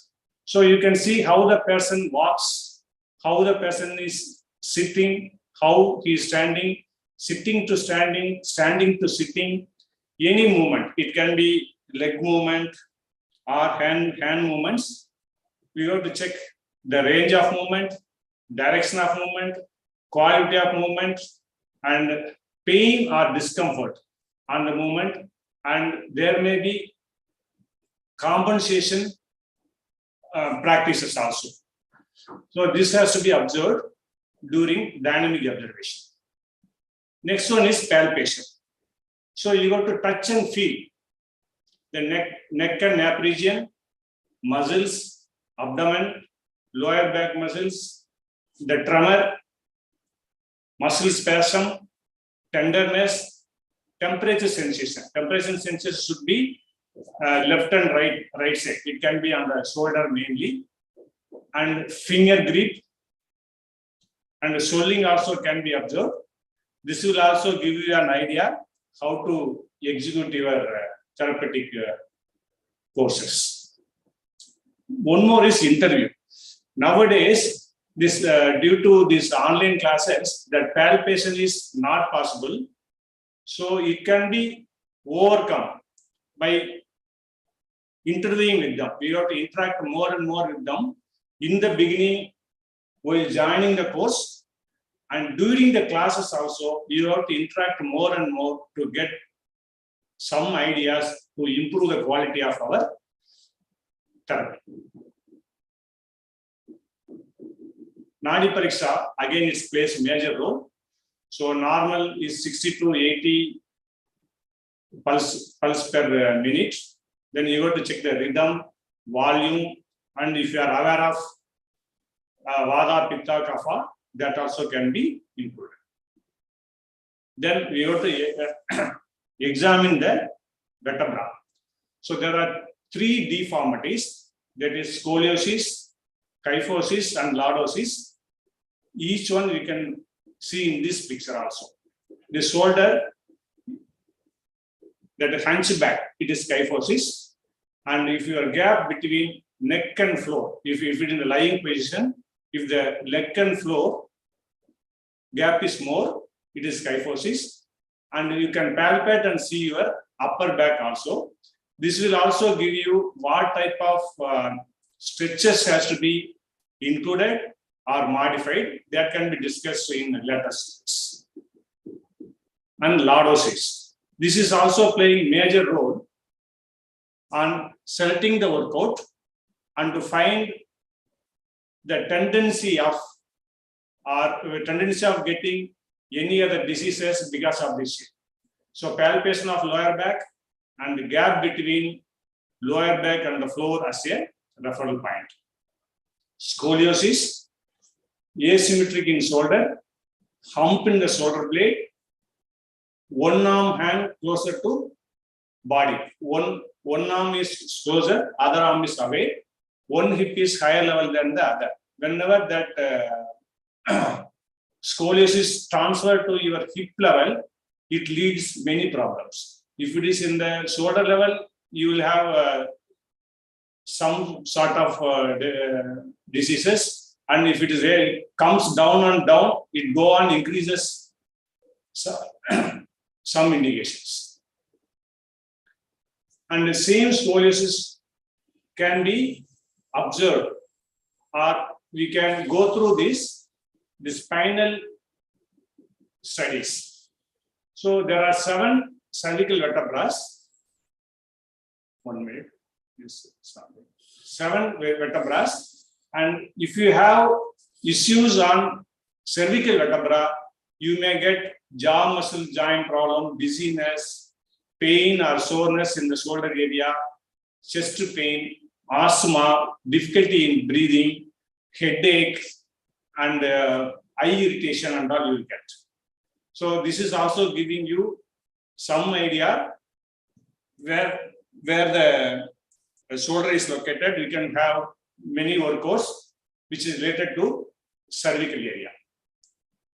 And this one on thoracic region, if you have a problem on the thoracic region, it may lead to lung and liver disorders, pancreas, adrenal glands, sex organs, heart, gallbladder, spleen, kidney, large intestine, uterus, and the prostate gland. These type of disorders you may tend to get.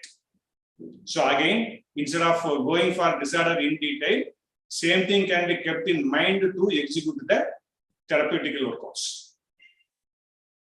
Then lumbar. Lumbar region, it leads to sexual disorders, bladder issues, large intestine issues, and lower back pain, and trouble in walking.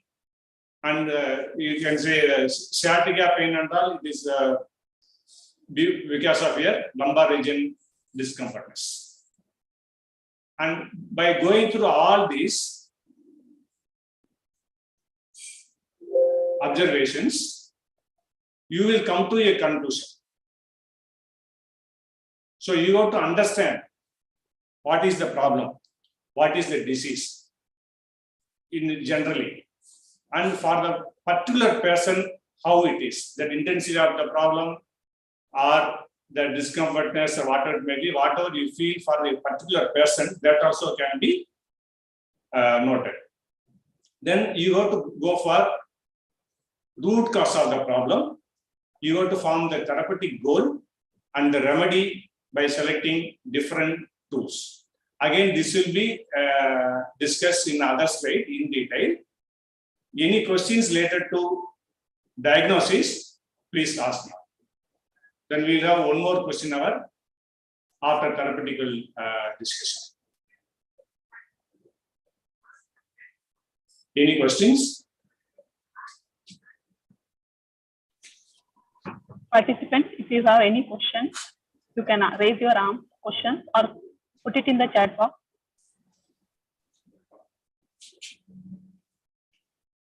Shyamla, Doctor. How are you, sir? Fine, thank you. You are seems to be an active person in all the classes. Thank you so much, sir. Sir, my question is, see, you have explained about the first assessment part, that is the examination part. So during the COVID, you mentioned that it is not possible to do the palpation, that is a sparshanam method. So yes, only by observation, that is darshanam, and interview like prashnam, because we cannot do pulse examination also, and we cannot do vertebra examination also. So is it possible to do that is observation and interview by online media? So is it possible to make complete assessment? And since you are the experienced person and you are my revered yoga therapy teacher, so you please throw some light on online consultation about this yoga therapy. Okay. Thank you so much. Okay, very good question. Actually, in the beginning, as I told you, they may be giving some sort of information for form filling and all. You can say name, age, and occupation, and the disorders. They won't mention all. They may have several problems, but they may mention one or two in the beginning. So with that, you will get some knowledge where to start with. I'm not telling for the complete curative purpose. You may get some idea where to start. So when you start the workout, you are going to interact with them, and as we are already explained, that visual observation that can be made during our first session or second session, whatever it may be in the beginning of the session. For example, simple movements if they are making for a neck movement or hand movements, whatever it may be, whatever I have mentioned, the quality, range, or the direction of movement, whatever it may be, which has to be done during examination time, that we can do in the first session or second session without their knowledge. So you should not tell them move this way, that way, and you should not create the pain. And just we can give simple workouts, which whether it will give benefit or not, it should not be a contra factor for them. So in such a way, you have to start a simple workout and you can do the observation. So this is the way I do after starting the session. So we can have simple basic workouts in the first 2-3 sessions. Same session can be utilized for your examination purpose also. I think, is it clear? So one more question is there. If there is a different problems like cervical or apnea, Yes, it leads to sleep problem. What is the therapeutic approach and how to prioritize them? No, different problems, cervical apnea and Like cervical or apnea okay. or Just any example. other problem, Just it may example. lead to sleep. Right. See, cervical issue already I have shown you in vertebra examination as well as in the picture. So roughly, if you have cervical issue, it may lead for breathing, upper limb movements, sense organs issues, and you may get like sleeping issues also. Apnea it is talking about. It will give you sleeping issue also because of their breathing issue. And one more like sinus, frequent cold, cough, everything. These are all you can expect if you have cervical issues. All right. One more question is how to diagnose breathing disorder by testing. Breathing disorder, so it can be by the shape of your chest. So if you have more hunchback and you can observe the asthmatic patient, they will be like this. And one more thing, you can ask them to chant. It can be ahara, uhara, mahara.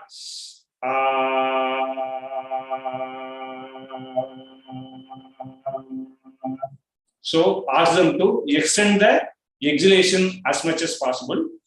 It will give you an idea about their breathing issues. So roughly I can say around, if they are chanting for more than around 15 seconds, they may be normal. People like regular practitioners in yoga, it will go more than around 30-40 seconds. Okay, this way you can test. Other things, normally they won't come simply to you.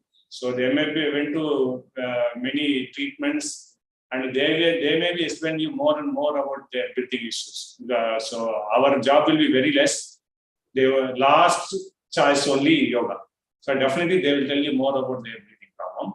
Otherwise, you can have such type of testing methods.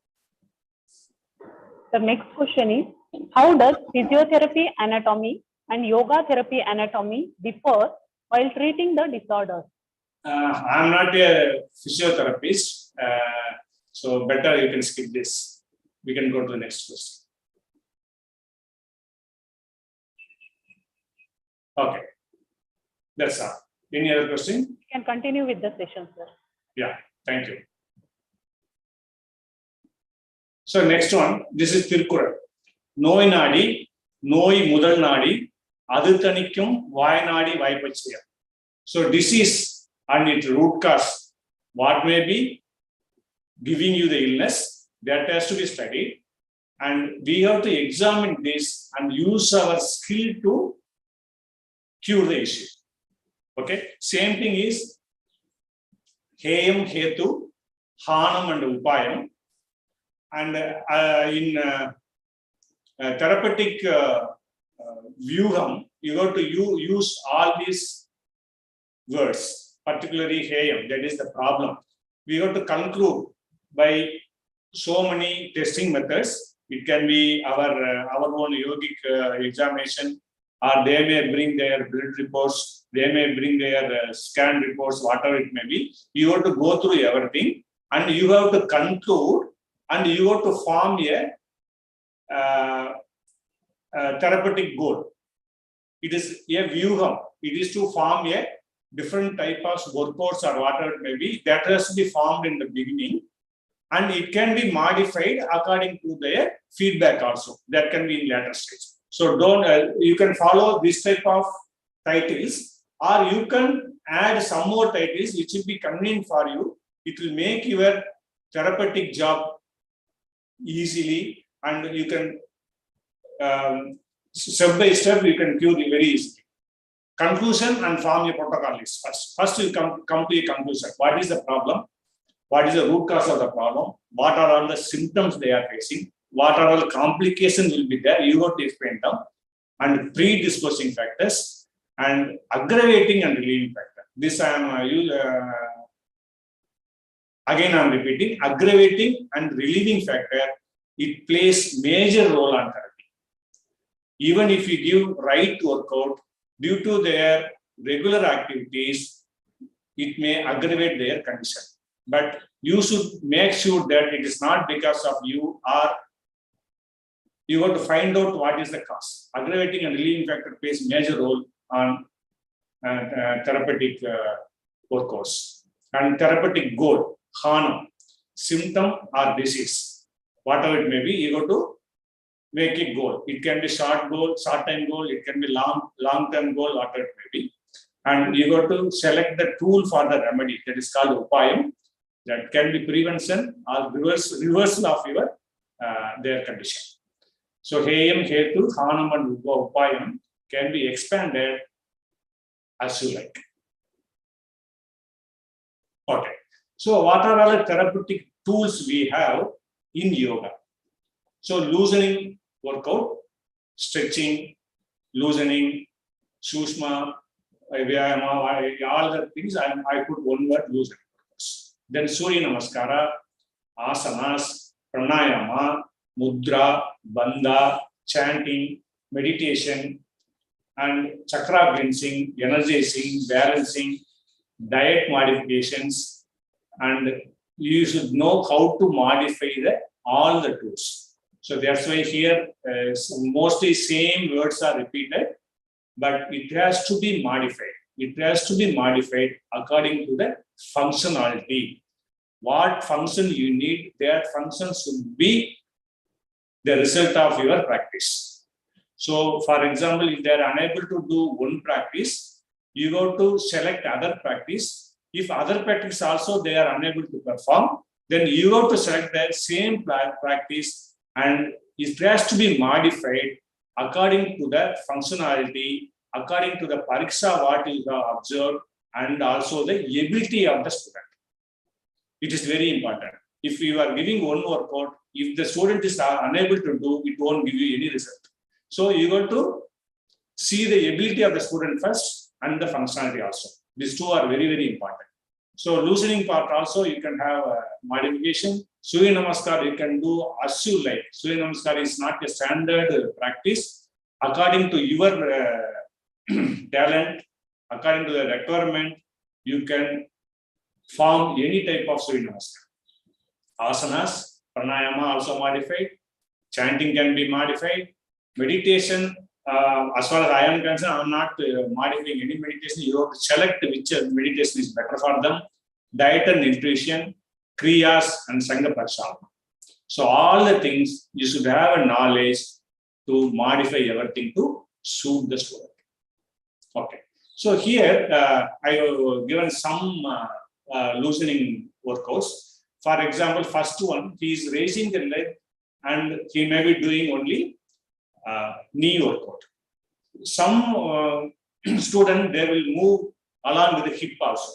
So if this is the thing, effect will not be there. So you may get the effect only on the hip or only on the knee, or both won't be perfect. Or in other ways, I can say people to one person if he has sciatica pain, and so we can give loosening workout for him except the hip movement. Okay. If you ask him to move the knee, he will move along with the hip also. Again, it will aggravate his pain.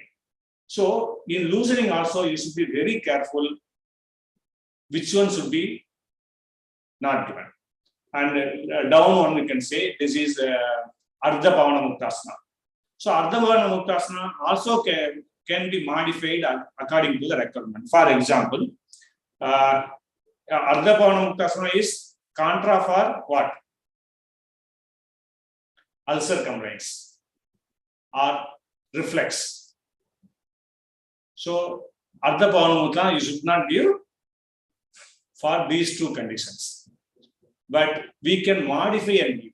For example, instead of pressing straight, you can have little sideways. If you open little, and it will not have much compression on your abdomen, but it will give effect on your lower back. For treating back pain, it will be better. Back pain with acidity, you can modify it.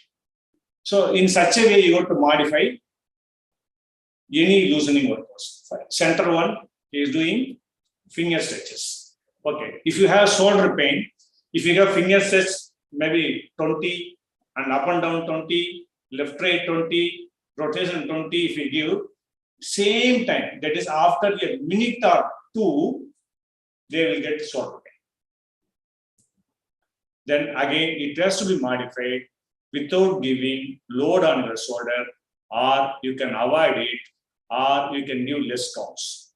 Instead of giving 20, you can give 6, and each and every workout you can give relaxation also, nothing wrong. In the beginning, you got to follow this, and once the pains comes down more than 70%, then you can increase their workouts.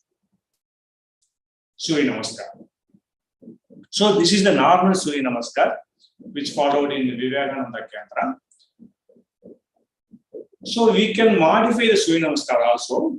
So in many, I don't want to tell the word centers, in many practices, for giving varieties, we are modifying the Surya Namaskar. So one variety, one particular method is boring, means they will give another method. Instead of that, depends on the requirement, you can change your workout, it will give result for the members as well as you will also happy about it. So why we go to modify the Surya Namaskar? I can tell some patches which will be helpful for therapeutic reason, as well as not to give any contra effect for the student. Okay, now you can see lordosis, kyphosis. These two are visible here. Normally, people who have a big belly, they will have lordosis, and ladies after delivery, they will have increased lordosis normally, increase of lordosis. So many people, what they will do, Surya Namaskar, they will give as it is. Right arm. In back bending, that is in Ardha Chakrasana, the same lordosis is become worst.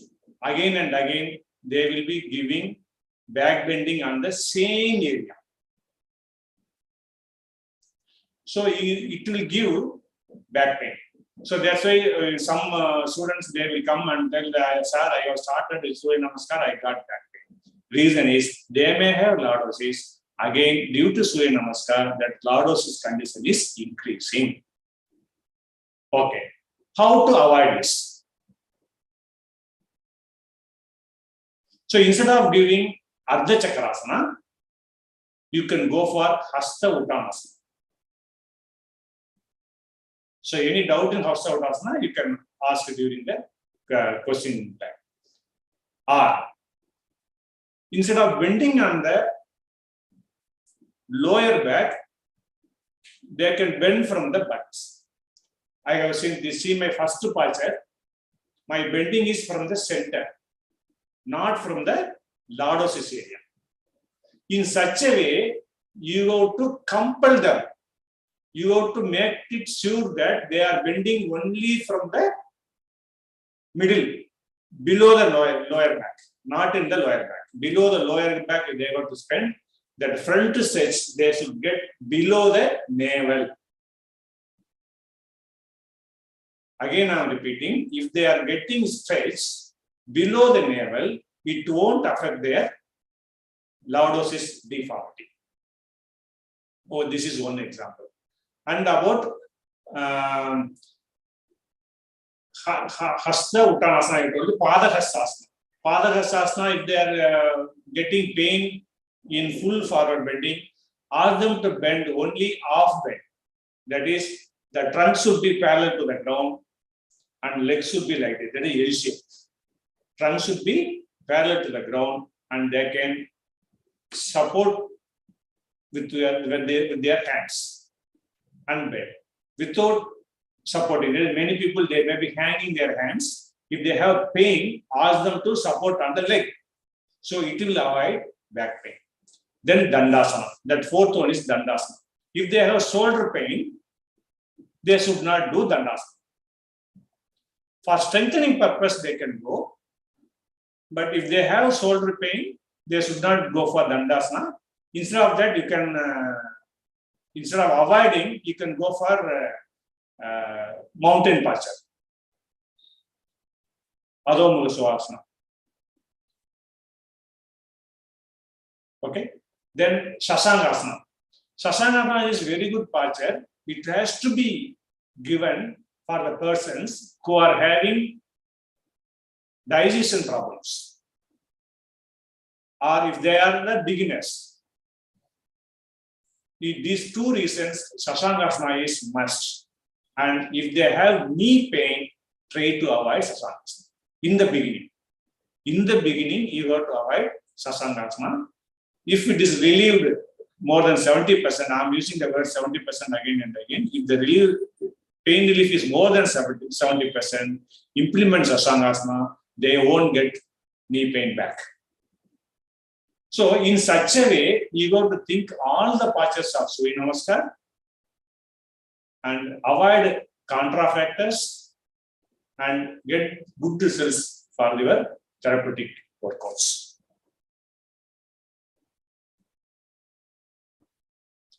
Asanas. Asanas, you may be, everybody is aware of modification of asanas, depends on the requirement. This is Sarvangasana.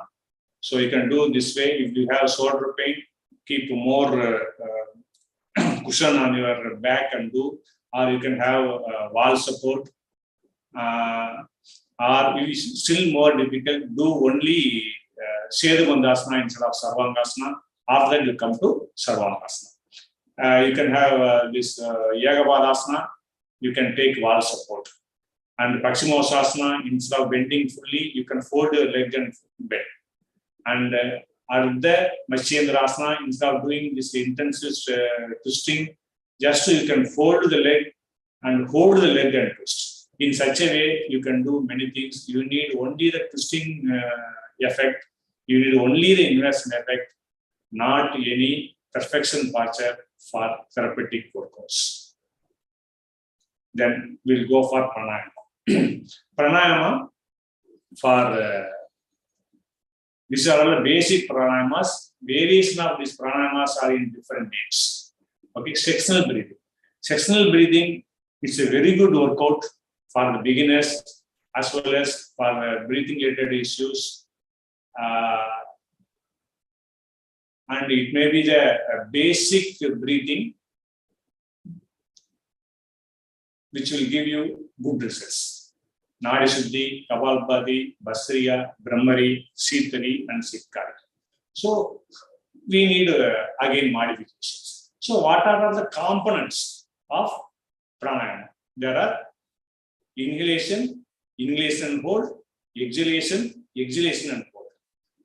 So only 4 components. Vechaka, Puraka, Andarkumbhaka, Bhagyekumbhaka. So you can modify this. You can do inhalation more, exhalation less, and inhalation and hold, inhalation without hold, exhalation and hold, exhalation without hold. Only these modifications you can make. It depends on the requirement.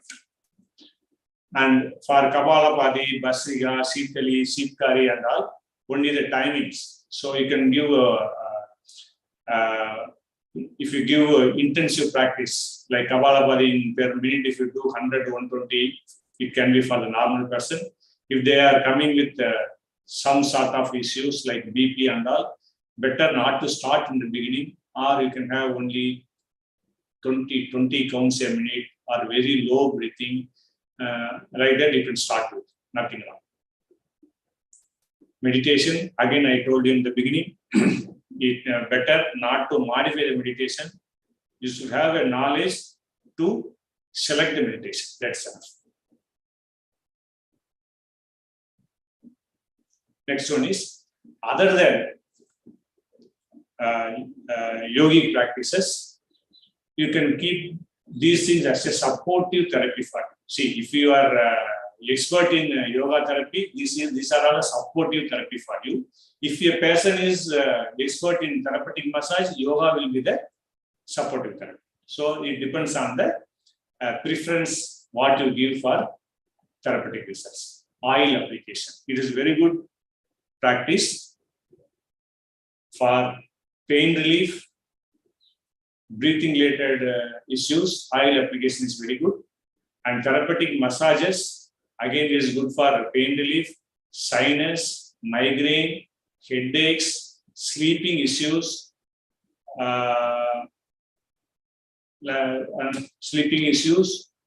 and for relaxation purpose. For these reasons, therapeutic massage will work very good. Foot reflexology, again, if they are unable to have movements, there may be pain in the movements, if they are unable to do anything, and you can activate from the foot. So this also works very well. After some time, you can change to your own method. It can be yoga or any other tool. And Varma, if you are expert, yes, very good. Acupressure, acupuncture, healing, like distance healing or touch healing, whatever it may be. These are all can be implemented as a supportive therapy or combination therapy for getting better results. So if you are combining one or two other than yoga, it will give good results. And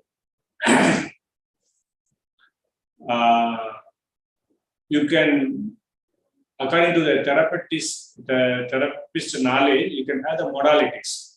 Means if you are expert in chanting, you can cure a particular condition with the chanting alone, and then you can shift to anything else. Meditation, chakra cleansing, diet and nutrition, Mahaprana is prana, apana, samana, udana, vyana.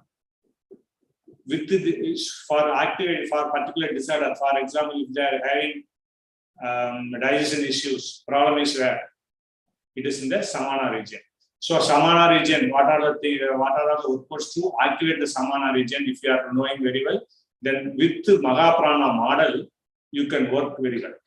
And the kriyas, satkriyas, sangha prakshalana, everything. The kriya methods also, if you are expert, again, this is well and good to have good results. And the energy level, you have to see the energy level, whether they are having lower energy, normal energy, or high energy. That is already we previous class we discussed.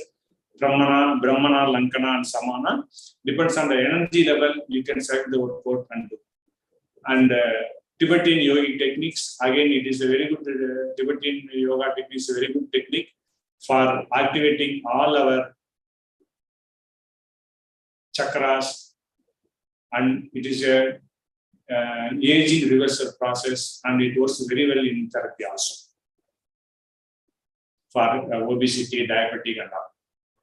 And so, if you are clear with this, definitely you will be a better therapist. So, as we already discussed about the Hatayam, Hetu, Hanam, and Upayam, I will discuss two case studies regarding to the Vyuham or diagnosis. So, Mr. Iyer, he is around, I think, 55 years old. He was diabetes for 20 years, but it was under control with the medication. and he is a regular yogic practitioner. So after 20 years, he had some issue. He came to me. That time he had high rise of diabetes. Doctor told him to go for insulin, and hemoglobin level was very low, and the platelet count also very low. So then I asked him, sir, have you practiced this, that, and all? He was telling everything, yes. Surya Namaskar, yes. This is pranayama, yes. And I told him for platelet counts and all, some other reason I told him to take papaya leaf and one more kasayam also. That I asked him, he told he is taking that one. Then for hemoglobin, I asked, have you taken what is it, dates or beetroot? So some other things, he told yes. Everything he is taking, nothing can be done. Whatever I am thinking is already done. Again, he is having the same deficiency. Then, next day I asked him to come and I told him to do Surya Namaskar. So Surya Namaskar, what he was doing, it was not at all a Surya Namaskar, it's something else. Then I told him to perform Surya Namaskar first. Then next session onwards, I improved his metabolic activities. So I want to make a point here. So metabolic activity is very important, not only for digesting the food, even for digesting the medicine or herbal or whatever it may be. So one of my student is a doctor. Anesthetist. So he told me that if anybody comes to him, he will ask whether he is a yoga practitioner or not. So if they are yoga practitioners, he will give very minimum dose of anesthesia. So this is from his word. So same thing, I remember then I thought to improve his metabolism. Then I told him to take the same medicine, same dates, and same kasayam, everything, he was all right. So nothing done, only I improved his metabolism. So what I want to tell you, if anybody is telling I did Surya Namaskar, sir, I did this, sir, that, sir, means don't take the word, ask them to practice and see how they are practicing, how it improves his condition. His condition is diabetic. Diabetic is a metabolic disorder. Metabolic disorder means you have to improve the metabolism by different methods. That method I have given, and he never went for insulin. Now it is more than 6 years. Still he is taking the tablet. He was on the tablet for more than 20 years, but he is okay now. Another hair study. I told you about aggravating factor and relieving factor. This example is for aggravating factor. So there are two members. One member age is 76, another member age is 24 years. So first I treated a 76 years old man. He had a urinary incontinence for more than, I think, 7 years. So doctor referred me. I met him in hospital, and we started 1 or 2 classes in the hospital itself, and then we treated him in his home. Within 7 days, he was perfectly normal. There is no continence problem at all. Then I was very proud myself that I have cured 76 years old member. Then I can cure anyone, right? Then one more person came. He is around 24 years old for the same condition. I have given the same workout, and some workout depends on his condition. There is no cure at all for nearly 1.5 to 2 months.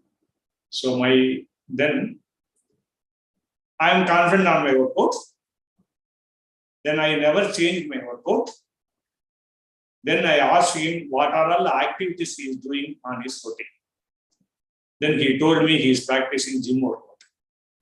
I went to his gym place also. And I found that one machine is not symmetrical. It is giving different loads. Left side is different load, right side is different load, which will give you unbalanced effect on his body, and my workout is negligible for him. So again, I'm telling, in routine, if they are doing something wrong, which will have more effect than your therapy, then result will not be there.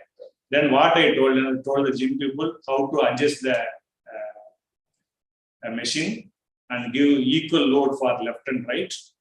Then he started workout in the same thing. Within a week, he is normal. So that's why I mentioned to you in the beginning, aggravating factor is the major reason for therapeutic failure. Okay. Now, what are all the diseases can be handled or cured by yoga therapy? Asthma, back pain, bipolar disorders, central serous retinopathy, diabetes, digestive disorder, glaucoma, that is uncontrolled glaucoma, that is which cannot be cured by other system, hernia, hypertension, insomnia, irritable bowel syndrome, knee pain, menstrual disorders, migraine, obesity, Parkinson's, schizophrenia, gymnastic, sleep apnea, shoulder pain, sneezing, stress, and urinary stress continence. And more than this, also something will be there. We have handled this much. One. And if you are successful in therapy, as a therapist, you should have a following qualities. First, respect and value your teachers. So if you are respecting and valuing your teacher, they will give you more and more opportunities and ideas to improve your knowledge. Example, my yoga Guruji, he has given me the knowledge of various traditions like Yasvyasa, Bihar School of Yoga, Siddhastram, Sundaramayangar Yoga, Vedadri Maharishis, Valgavalan Yoga, so on. And I was missing only Krishnamacharya Yoga Mantra tradition. As a therapist, you have to know all the traditions, which will be an add-on quality to improve your therapeutic approach. And then again, our teacher and our mentor, our HOD Ilangon sir, he has suggested me to go for other therapies like therapeutic massages, Krishnamacharya Yoga Mantram, diploma, and Buddhist meditations, acupressure, and so many things he had guided me. So as just I listened to him and I followed all the methods in foot reflexology, everything is due to his suggestions. I went and learned. This is giving me very good success on my therapeutic approach. And one more, your motive as a therapist, your motive should be only cure. Don't think anything else. If a patient comes to you, you should think about curative process only. So definitely he is going to pay you. That is secondary. So for example, if a person is coming from Tambaram or somewhere in the Maremalai Nagar and all for your therapy for back pain. Okay. So as he is traveling more than 100 kilometers, definitely even whatever the therapy you give, it won't be effective. Then what you should give? So you have to go to his place or arrange somebody to do the therapy on his place, because even this won't be effective. I told you already, this is a contra factor. That is aggravating factor is more than your therapeutic value. So this is an example. So your motive is cure means anyway you will try to cure, you will be success. And respect other treatments. Don't think that yoga alone will give you the result. Every treatment, every tool, every doctors or therapists or Varma therapists, homeopathy doctors, whoever it may be, respect all the traditions. So every tradition, sorry, not tradition, every system, it's having its own advantages and limitations that you should know. So if you go to so and so way of treatment, only this much will be the result. Do some therapy, this will not be suitable. So everybody will be knowing the limitations. You have to know the limitations of any therapy and know your limitation also. So don't give any wrong commitments. I can do anything, I can do this condition, I can do that, nothing. Whatever this possible by you, tell them correctly and do the treatment. Same thing is applicable for other doctors or other therapists also. They are having their own limitations.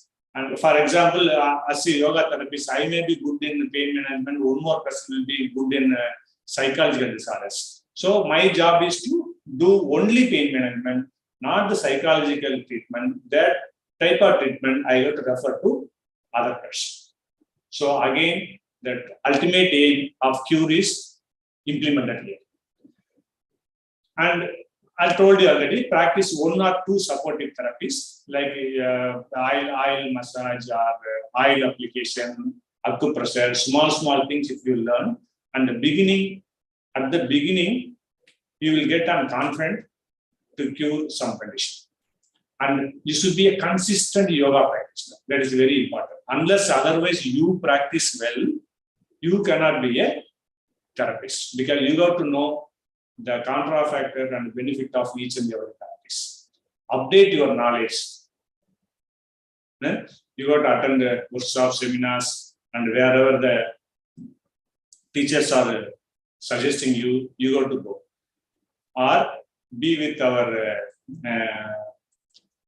head, Ilangovan sir.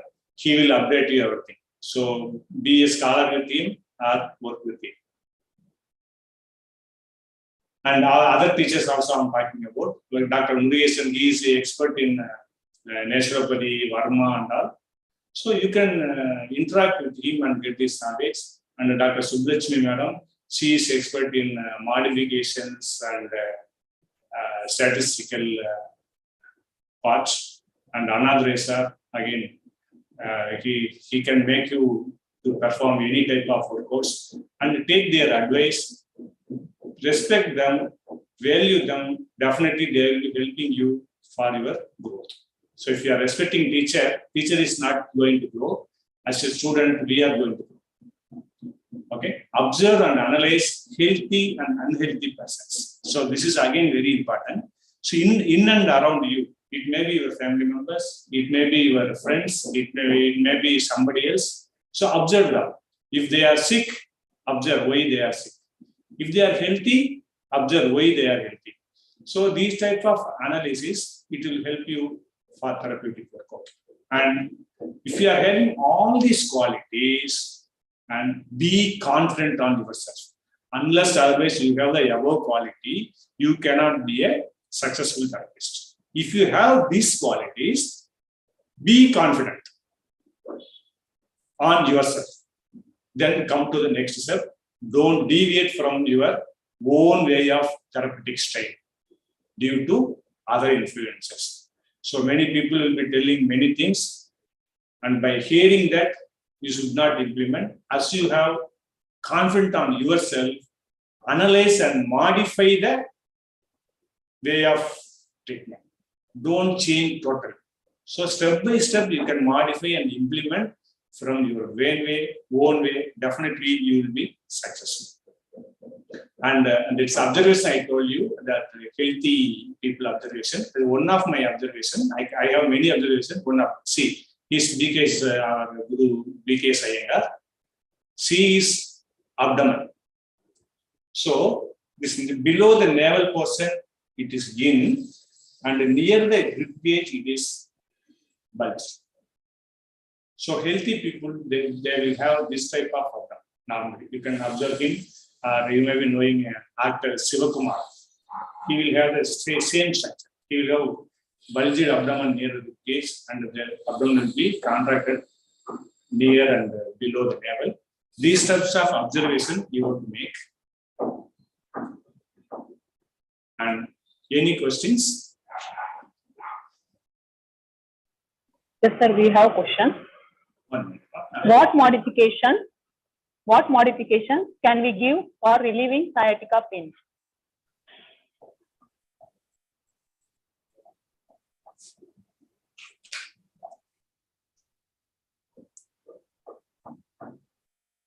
Can you hear me, sir? Yeah, one more. Wait. One more time. Can you repeat? Yeah. What modifications can we give for relieving sciatica pain?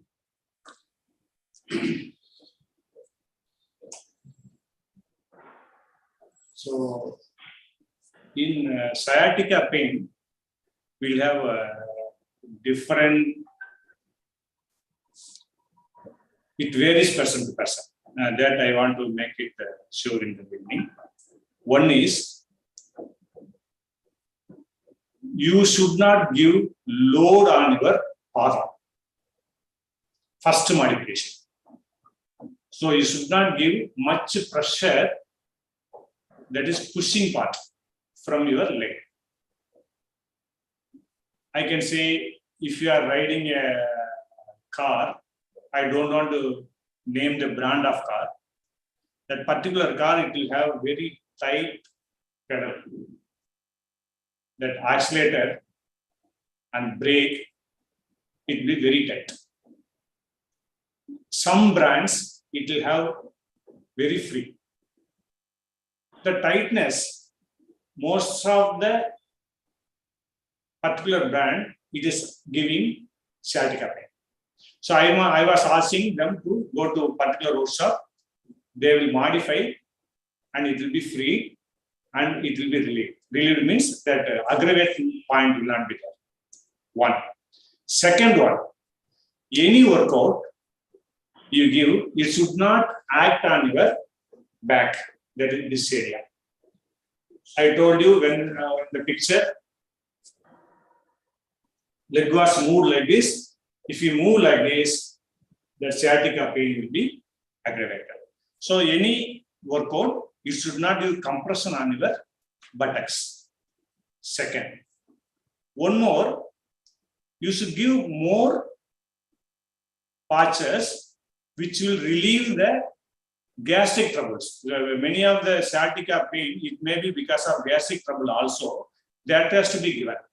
So in such a way, you have to modify the workout. Any workout you can give, you may be knowing the curative patches for sciatica. These three things you keep in mind. Don't give pressure on your foot, that is compression. One more is no pressure on your buttocks. Instead of using only yoga mat, use thick foam when doing workouts. Don't sit on hard floor. Again, you should have cushion always. These are all the basic requirements for doing modifications. Anything you can give other than this. Thank you, sir. Next question is, what kind of modifications of asana can we give for knee pain? For Knee pain. For knee pain, without knee movement, you have to give. So now what I did now, this should be avoided totally. And knee pain is a very complicated one. I think we have to touch and see where the problem is. Depends on that only, we have to form the workout. Knee pain workout, I can't say as it is now, because it has to be diagnosed properly. So it is successful for me. Knee pain is very successful, but it should be in person. I have to diagnose in person. But only thing I can say, you don't do knee movements. It will aggravate your pain. Next question is, what should we not to do when people have lordosis? Again, People who are having, the individual who is having lordosis, which kind of practices they should not do? Oh, okay. Lordosis. Lordosis, I told you, back bending, you should not do. Particularly, it should not have bend in the lumbar area. This area they should not have bend. Okay, one. And even in Bhujangasana also, so you can have only upper back bend, not the lower back. So you can have with elbow support, you can do. But full Bhujangasana, you should not do. It will increase the lordosis. Instead of asking this, you can ask for curative postures are forward bending. Pavanamuktasana is the best curative posture for lordosis. Single leg Pavanamuktasana, double leg Pavanamuktasana, Paschimottanasana. These type of postures is good for overcoming lordosis. Thank you, sir. Next question is how to cure migraine. Please mention some tools for curing migraine. Migraine is because of many reasons. So you got to analyze whether it is because of digestion or you are not taking food in time. 2 reasons. One more is breathing issues. You may have shallow breathing. And third one is sleeping issues. So migraine is connected with these 3: sleep, breathing, and digestion. Let me know which symptom you have. Bhaskar, right? Which symptom you have out of 3? You may have frequent cold cough, sneezing, means you have breathing issue. Okay, if you have gastric, acidity and all, if you have digestion issue. So in this, what you have tell me depends on that. I can give you the solution. Sir, it's sleeping problem he has mentioned. It is mentioned that. Yeah, sleep. Sleeping issue. No. Yes.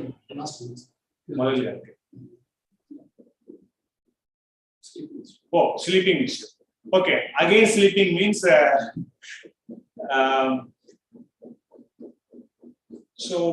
migraine and sleeping, if it is correlated, means roughly I can say you can do Brahmari pranayama. It is a very good remedy for both sleeping and as well as migraine. In Brahmari pranayama, you may be knowing it, that you want to close your ears and eyes, do bee flying song.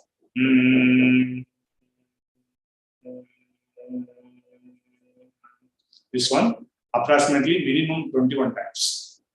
Okay, Brahman Pranayama will help you. And Nadi Shuddhi and sectional breathing. Sectional breathing you have to do. Surya Namaskar practice is well and good. And shoulder movements, like you can expand your chest. It can be Bhujangasana or Ustrasana, and standing and bending back in Surya Namaskar or other chakrasana and all. It will expand your chest and improve your breathing. Plus, do these pranayamas roughly. Or you can call me. I will give you number. You can call me around 9 o'clock any day. I can give some more suggestions after discussion with you. Next question is, what kind of practices should be avoided by a person who is having cervical pain? Avoid it.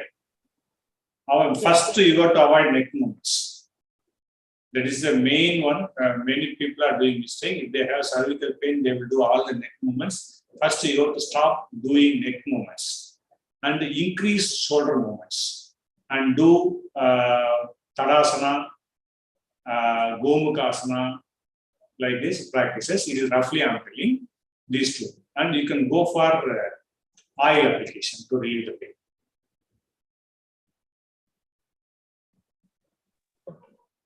The next question is, how the food habits impact the therapy practices on any disease? What is the major role of food on the therapy? Role on food habits and the therapy.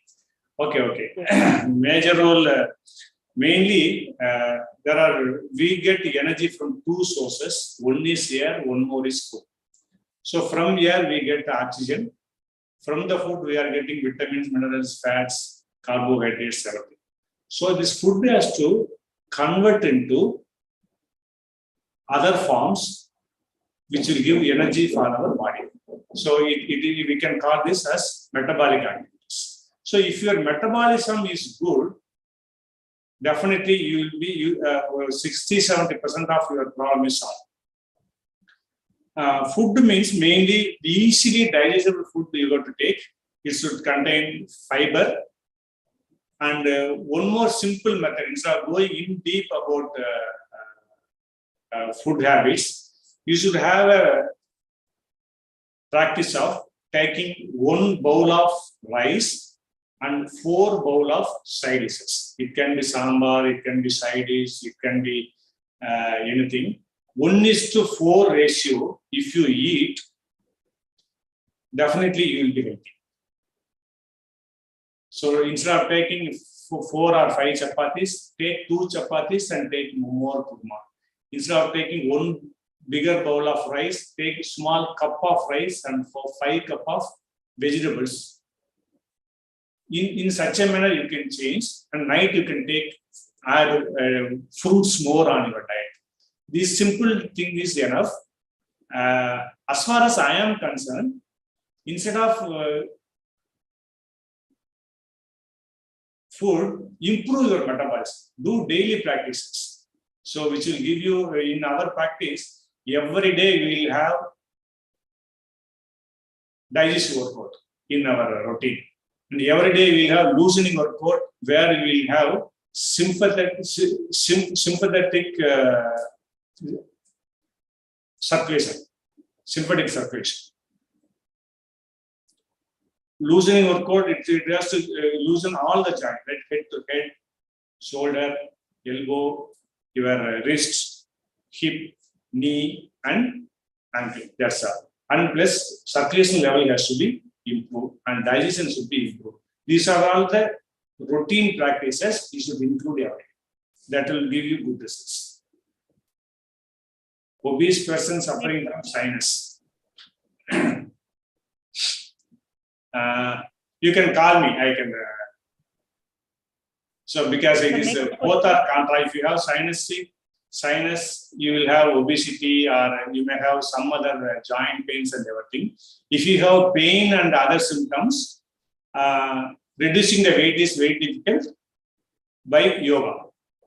Correct? The workout, whatever we are giving for the weight reduction, it will aggravate your other conditions. So better you call me, we can discuss more and I suggest you properly. I don't want to get you wrong. The next question is, what is the diet plan will you suggest for type 2 diabetes other than low glycemic index food? Other than low glycemic index. Yes. Other than low glycemic, so you have to avoid carbohydrate and sugar. These two are main. So reduce your carbohydrate. As I told you, this rice is having high carbohydrate. That you have to reduce and take other vegetables and all, which contains more of fiber and other things. In such a way, you have to plan and take. It is very simple only. So for obesity and diabetes, so diet plan is very simple by implementing and keeping 2 things in mind. One is avoid sugar, reduce carbohydrate. That's all. Nothing more than this. With this, you can develop your own and have your diet.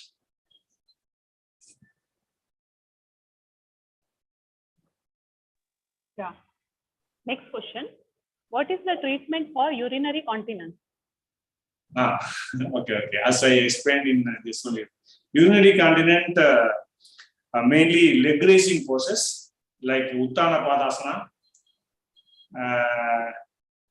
Bhujangasana, and Sedubandhasana, and its variations and modifications, it depends on the requirement.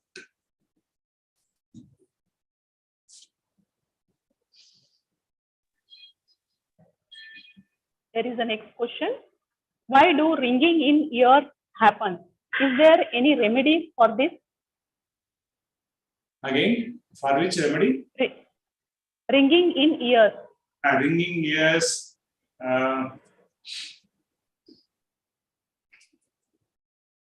You may have a frequent cold cough, and this thing means you better to concentrate on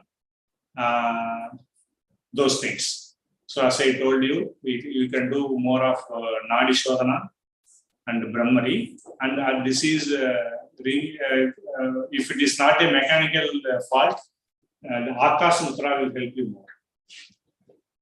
This middle finger and thumb finger should be together.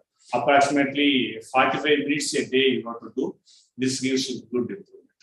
Akash Mutra. No need to do at a time.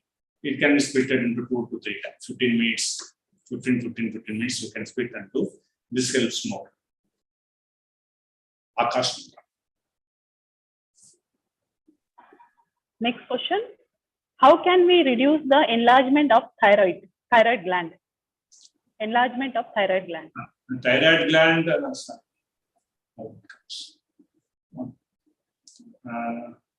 Am I audible? Yes, sir. Okay. So thyroid glands, some workouts which will be beneficial are, you can do breathing in Sedu Bandhasana. You have to lock your chin and do more breathing in Sedu Bandhasana, Sarvangasana, and then Ujjayi Pranayama. These three will be helping you for thyroid issue, thyroid related issues. Ujjayi Pranayama, Nadi Shuddhi Pranayama, Sedu Bandhasana, Sarvangasana.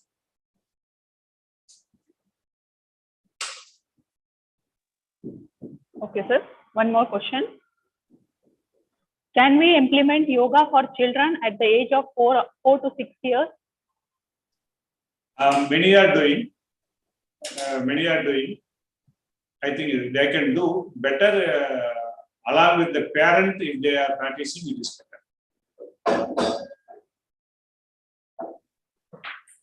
One more question is there related to children. As they are youth, they tend to sleep more. What would be the solution to reduce the sleep? Reduce the sleep. Yeah. As a youth, they tend to sleep more. So what will be the solution? This means that they should be engaged. That's all. That is one. This, I think is the question. I can't answer. Ask them to sleep more. Let them sleep.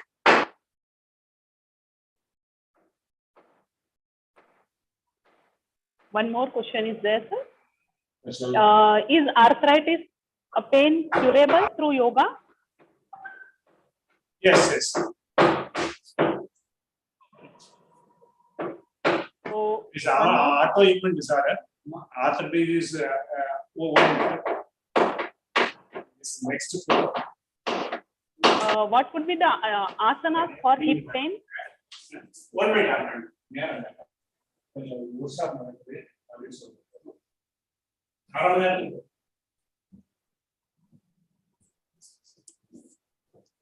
Sorry, again. Yeah, asanas for hip pain. Can you mention some asanas for hip pain? Hip pain. Yes. Okay.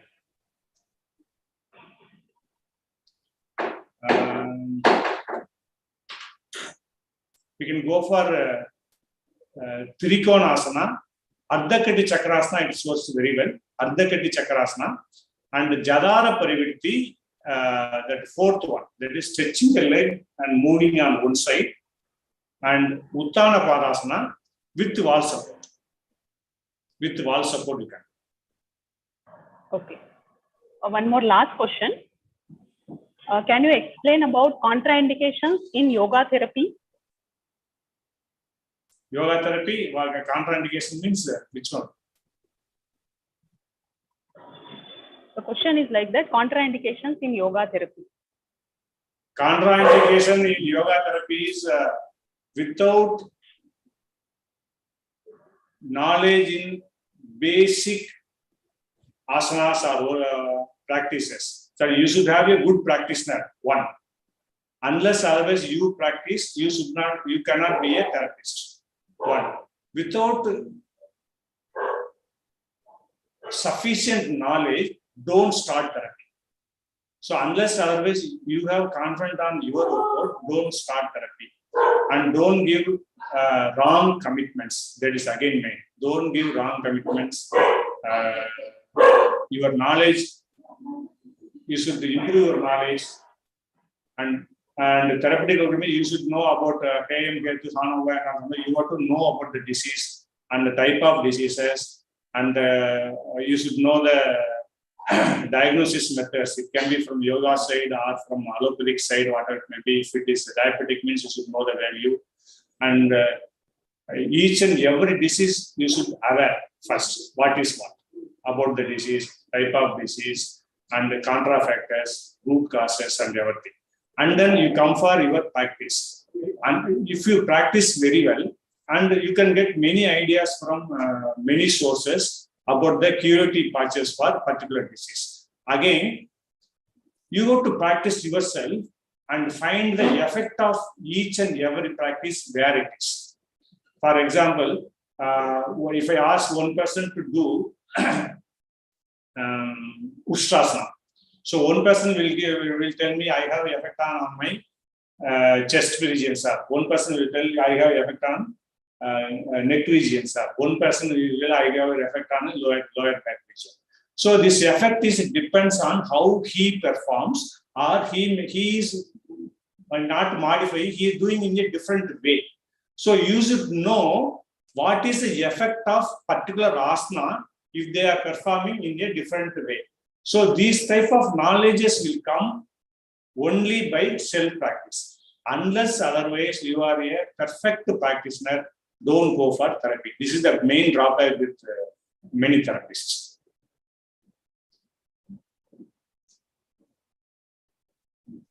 Okay, we will go for the last question, sir. Is there, if the person is senior citizen above 90 years and he is having hearing difficulty, is there any treatment for that? So here I told you already, this one, Akash Mudra he can start with. Okay, Akash Mudra he can start with. And many breathing techniques he can follow it up. Like as he is a senior, ask him to do sectional breathing more and more. And then Nadi Shuddhi. These three practices are enough. It will improve. And we should know whether he is active or not. If he is active, we can add some more. So let them to call me. I think Ilango, you can call me. Better time is night 9 o'clock or morning 11 o'clock.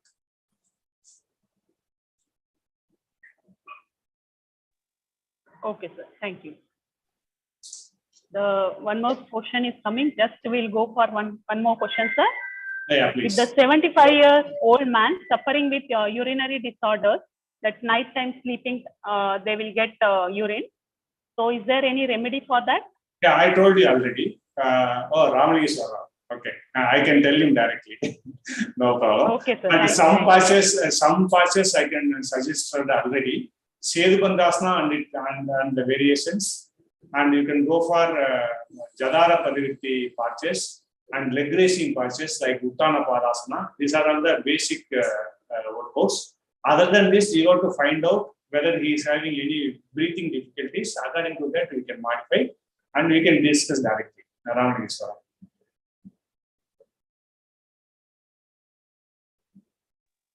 One more question is going on repeatedly. For hand sighting, what practices best for yoga therapy? Hand sighting. Anxiety again. So my way of treating anxiety is different. I can tell you now. Anxiety alone is not a disease. So he may have something else that has to be addressed first, and then we'll come to this. Okay, sir. Thank you. So we will conclude our session. Okay, one more question is coming. So we will go with that. As there are many questions are coming up, so we will go with one more question. So is there any remedy for fatty liver? Yes, definitely. So fatty liver, again, the metabolic activities workout, the same thing implemented for fatty liver also. So first one is fasting is better. So fasting. So if they are having any, not having any other issues like diabetes and other things, better to go for fasting. Fasting is the best method for fatty liver. One. And other than that, workouts are Surya Namaskar, Ardha Machyendasana, Chakrasana, Paschimottanasana, Jadara Parivirti, Sangha Prakshalana. These workouts are good for reversing fatty liver. Best one is fasting.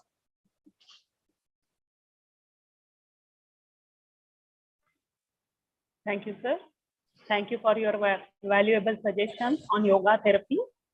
So yoga therapy is the process of empowering individuals to progress towards improved health and well-being through the application of the teaching and practices of yoga.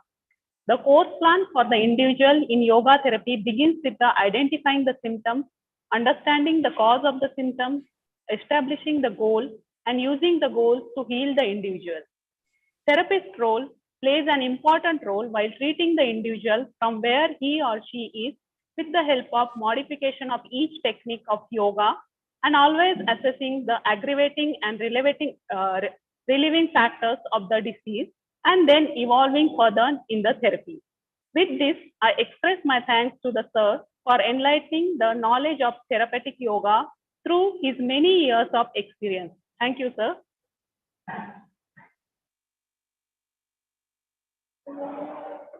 Thank you. Now I request participants to have a bio break and we will rejoin again at 2 o'clock with new eminent speakers and have a knowledge, to get a knowledge through those speakers. Participants, we can rejoin again at 2 o'clock for the next session. Thank you.